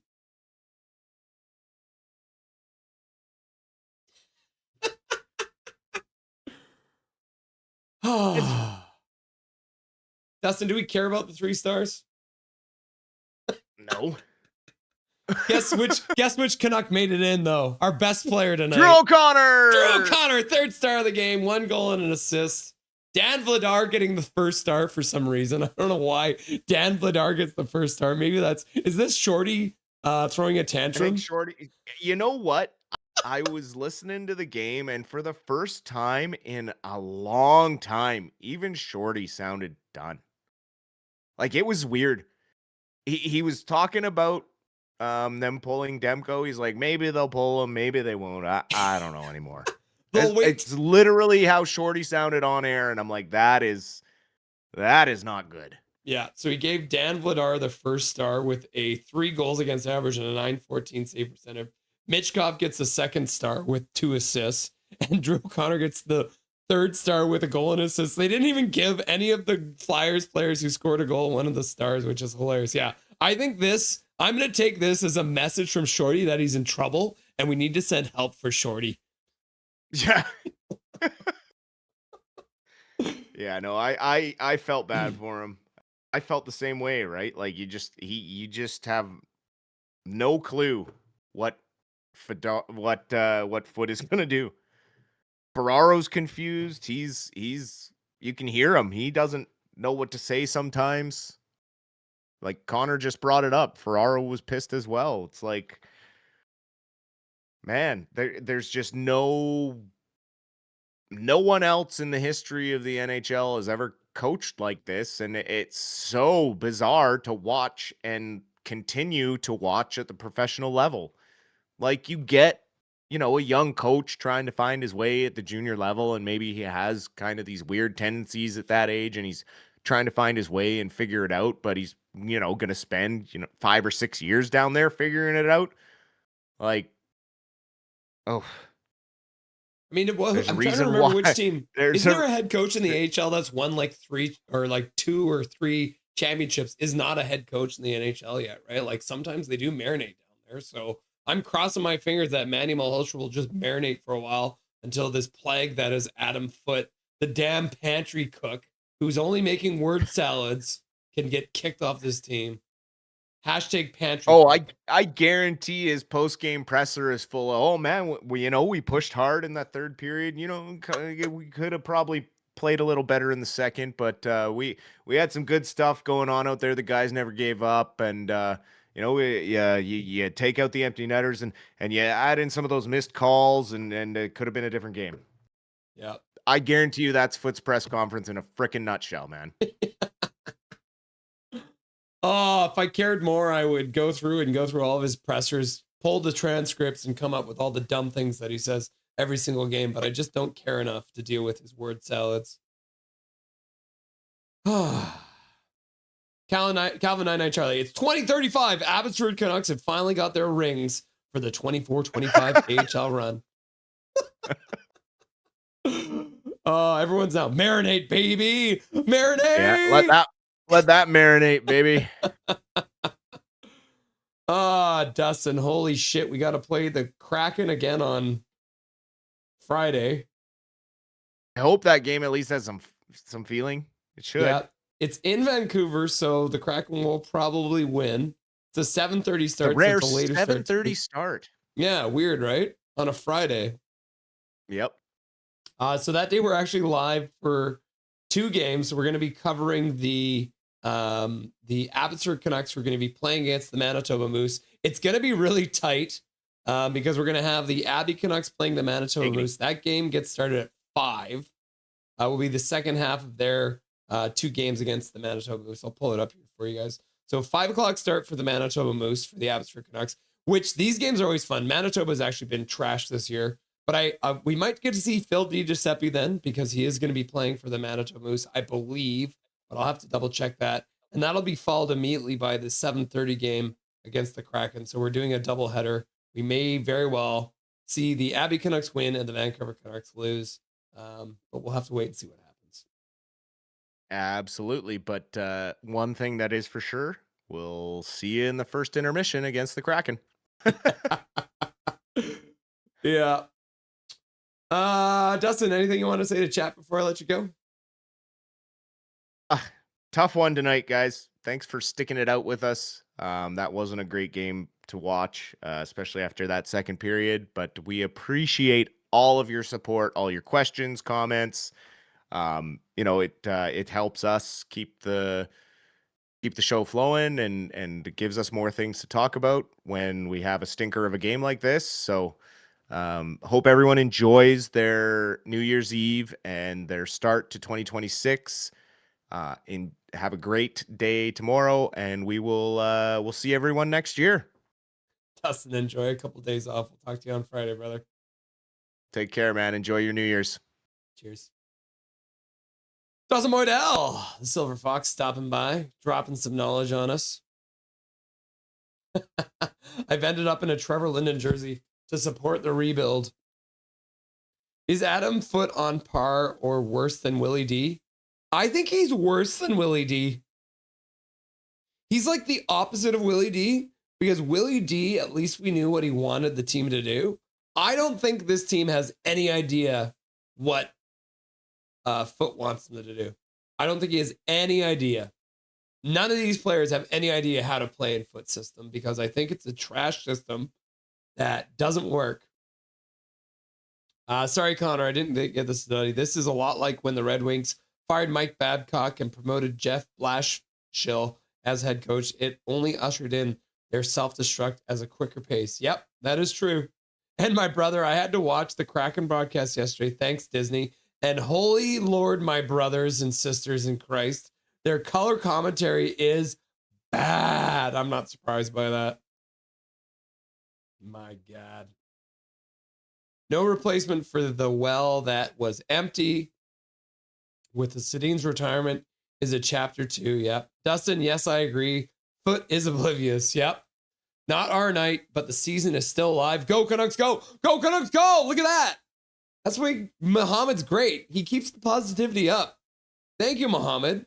I appreciate you bringing some positivity into this stream. Sounds like he's the dog. Ironic. What is this? Muhammad's season's done, man, says Connor Cahill.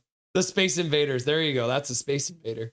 Swervin Irvin, who is Dusty talking about that keeps getting benched? Atu Ratu. Yeah. I'm jumping off for the evening. Hope everyone has a fantastic night. Thanks for being here, Big Mac. Have a good night, my dude. Let's actually have a look at the fan funding now. My nose is getting all stuffy. All right. So massively major with a $2 dono to say revenge, and then a gifted membership from the real Eric Hunter. Thank you. And then massively major with a gifted membership, and then massively major using his monthly membership message. Been a member for 13 months. Go Flyers! And then the real Eric Hunter. Flyers don't even have a shot yet. Yeah, $5 dono. Who knew this was going to be some foreshadowing? Muhammad, let's go Canucks! $5 dono. Thank you very much. Blue, green, white. Blue, green, white. And then Eric Hunter with a $2 dono. Back at, again, better than ever. You love to see it. With his new name, the real Eric Hunter 1. And then he donates another $2 to say we need to stay at either 30 or 31st, preferably 31st. I think they stayed where they are. We're in 30th now. You can't see it. Yeah, we're still in. Oh, we're in 31st now. Look at that. Chicago Blackhawks have moved past us. So we're actually tied in points, but I believe, why are we below them? Because we have more regulation losses. So we're in 31st. Winnipeg's in 30th. All right, back to the bar. Back to the donos. So you're getting your dream come true, Eric. And then Eric with a gifted membership. Massively Major with a gifted membership. And then Eric Hunter with Eek, Garland, and Rossi are -3. Yep. They are -3. Did it get worse? Garland ended the night as a -4. Connor Garland was on for 4 goals against. Holy shit. Back to the bar. And then laugh out loud. 4 wins at home so far. Yep. 4 wins.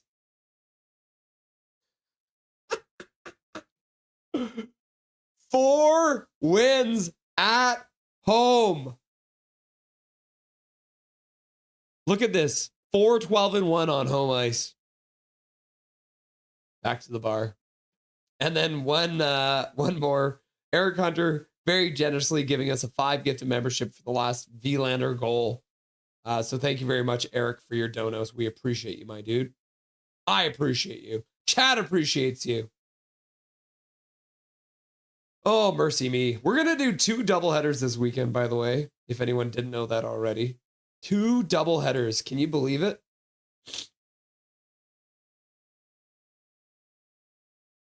We'll show you.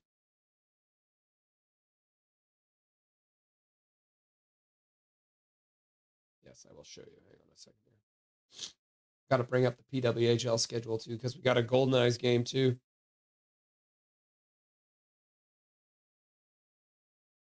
Schedule. Teams.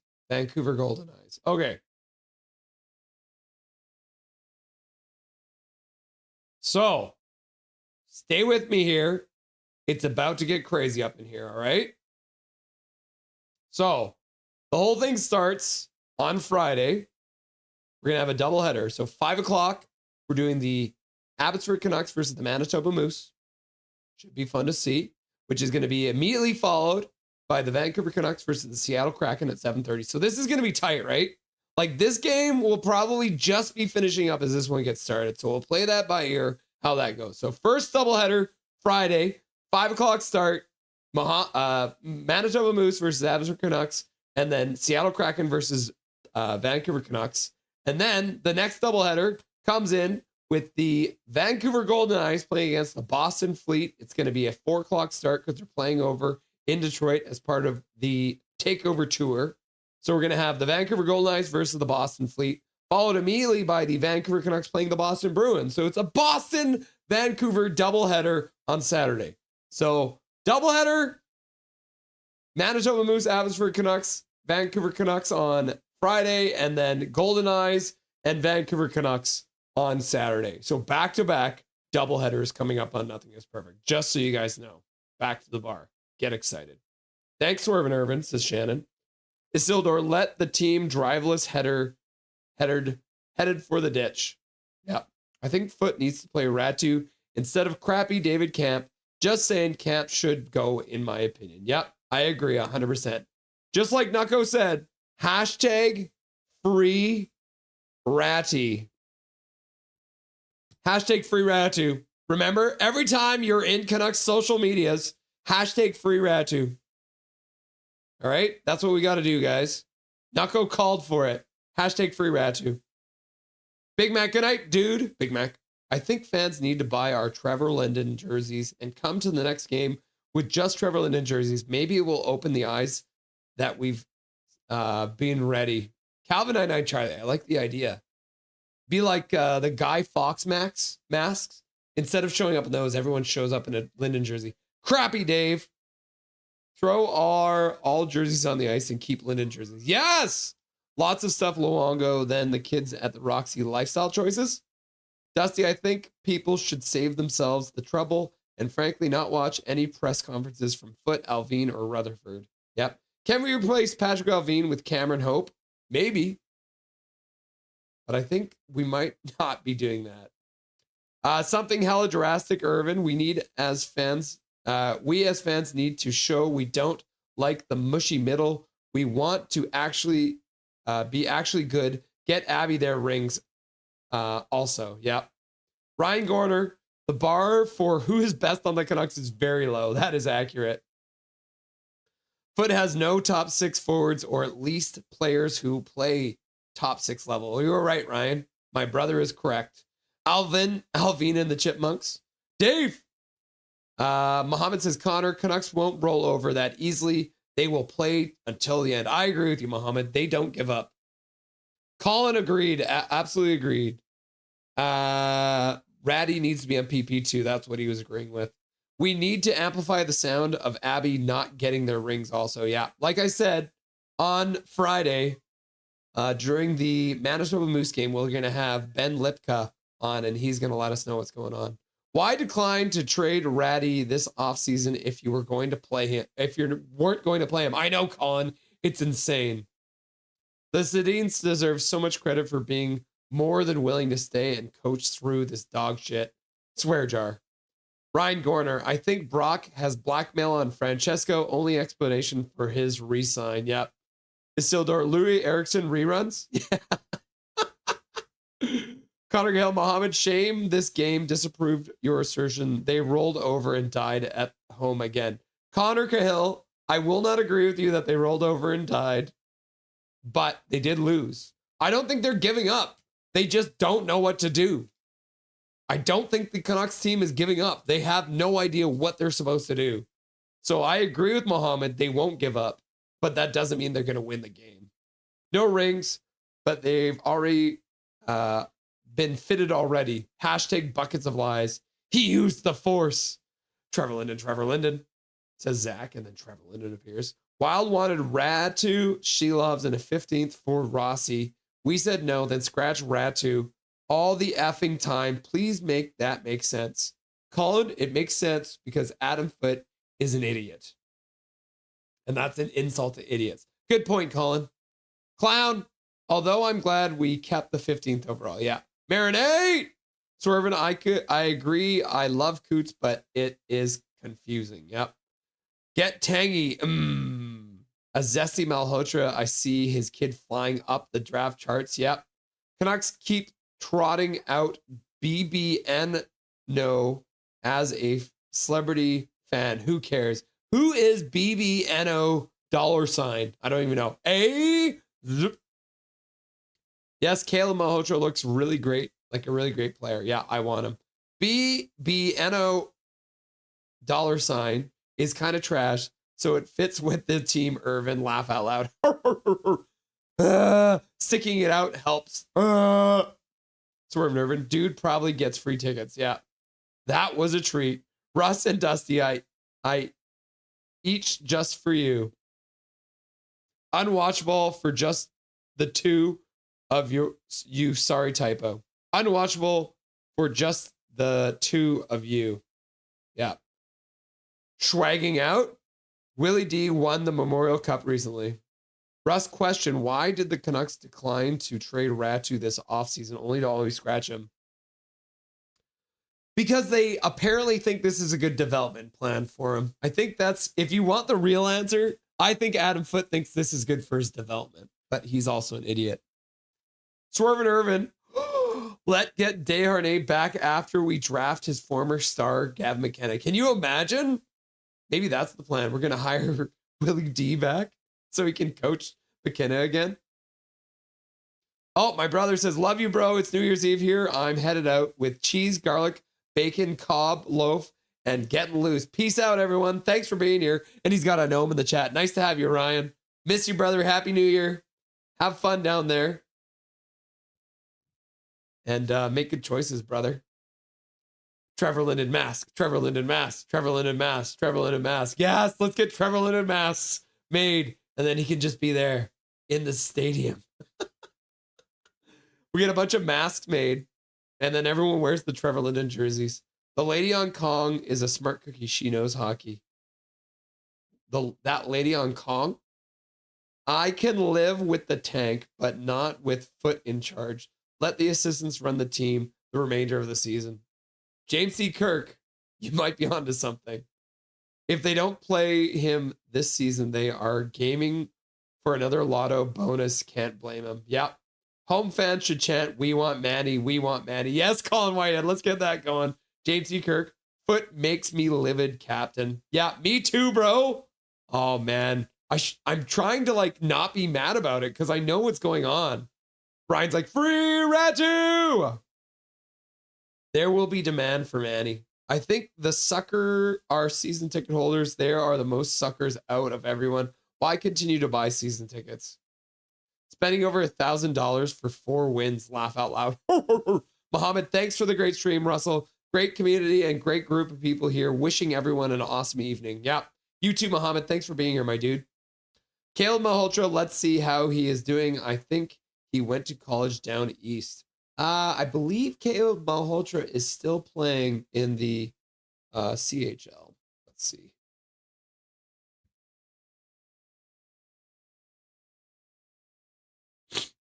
Oh, I sniffed. I'm sorry.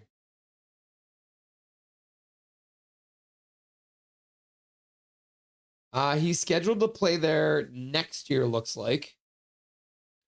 So he is playing for the Bradford Bulldogs right now. He's got 46 points in 34 games. He's projected to finish with 91 points in 67 games. And then next year, he's going to be playing at Boston University. So yeah, he's playing in the OHL right now, and then he'll be playing at Boston University next year. Back to the bar. Free Ratu! A stand-up organization. BBNO $ is baby no money, Russ.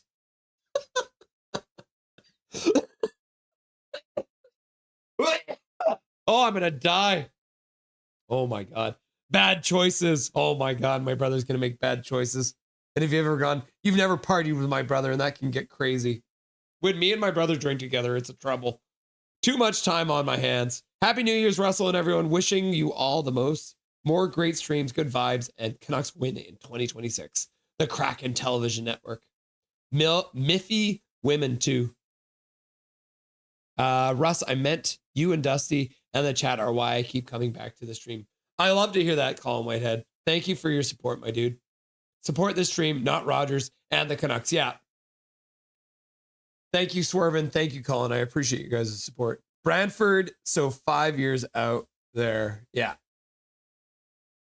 Yeah, so he'll be playing in Free Ratty. Everyone smash the like button for Russ, please. Thank you very much. Okay.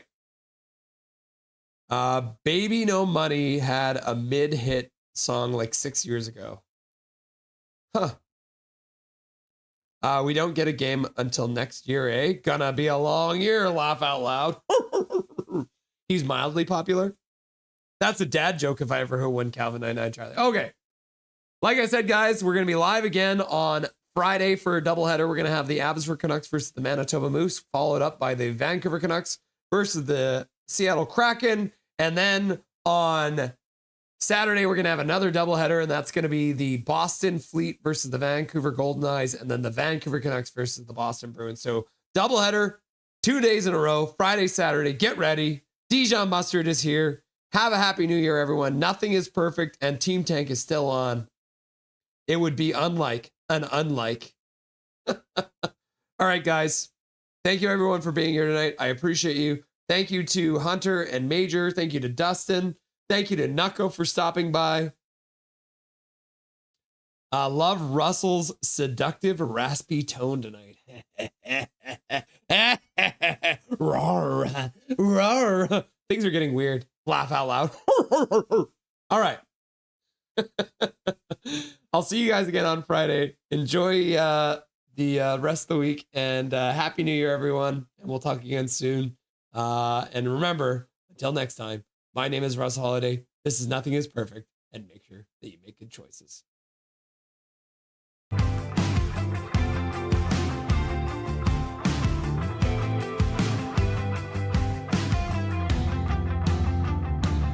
Thank you for having me. Thank you to everyone who requested to hear my beautiful voice too.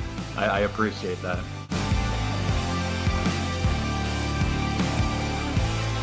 How you doing tonight? Doing good?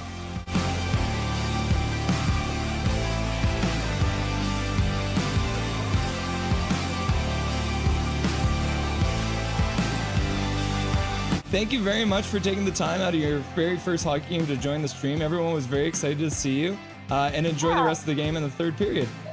Yeah, thank you so much. Bye-bye, guys.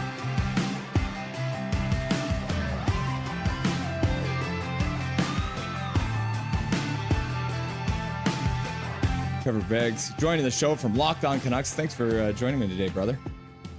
My pleasure, Russell. How you doing today, buddy? I'm doing really good. I'm doing really good.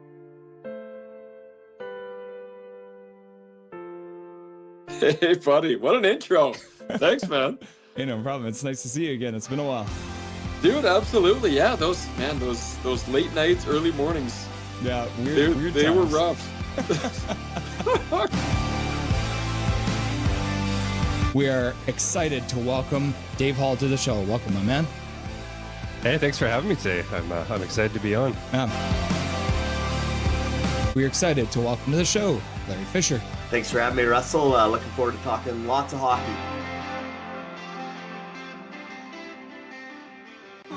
Yeah, look at that. Look at this man. He's wearing his Canucks jersey at a Montreal game. You love to see it.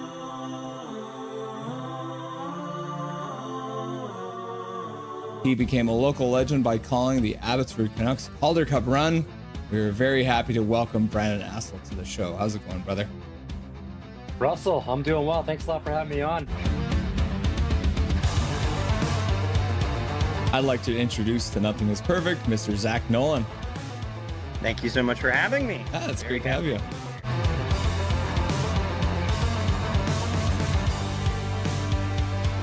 Howdy. What's up, my dude? They say never meet your heroes, but boy, am I glad I got to, because here he is, the man, the myth, the legendary host, Toddcast Podcast, Mr. Todd Hancock. Dude, thank you, man. What a crazy introduction. A hero, a myth, a legend. Yeah. We're pleased to welcome to the show Canuckland. Thanks for having me on. I'm really excited. Passionate, realistic, honest. Rev Trev.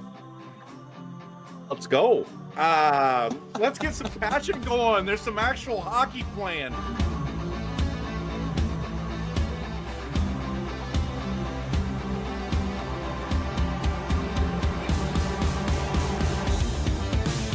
Smith plays it right across the zone. Bolana with a shot. Score! The Edmonton Canucks from the blue line! Shot through crowd! And the Canucks have won it in overtime! Just like that, game one is over! And you don't have to wait much longer, because the Abbotsford Canucks have won game one with 14:09 left to go in the overtime period! Woo! Just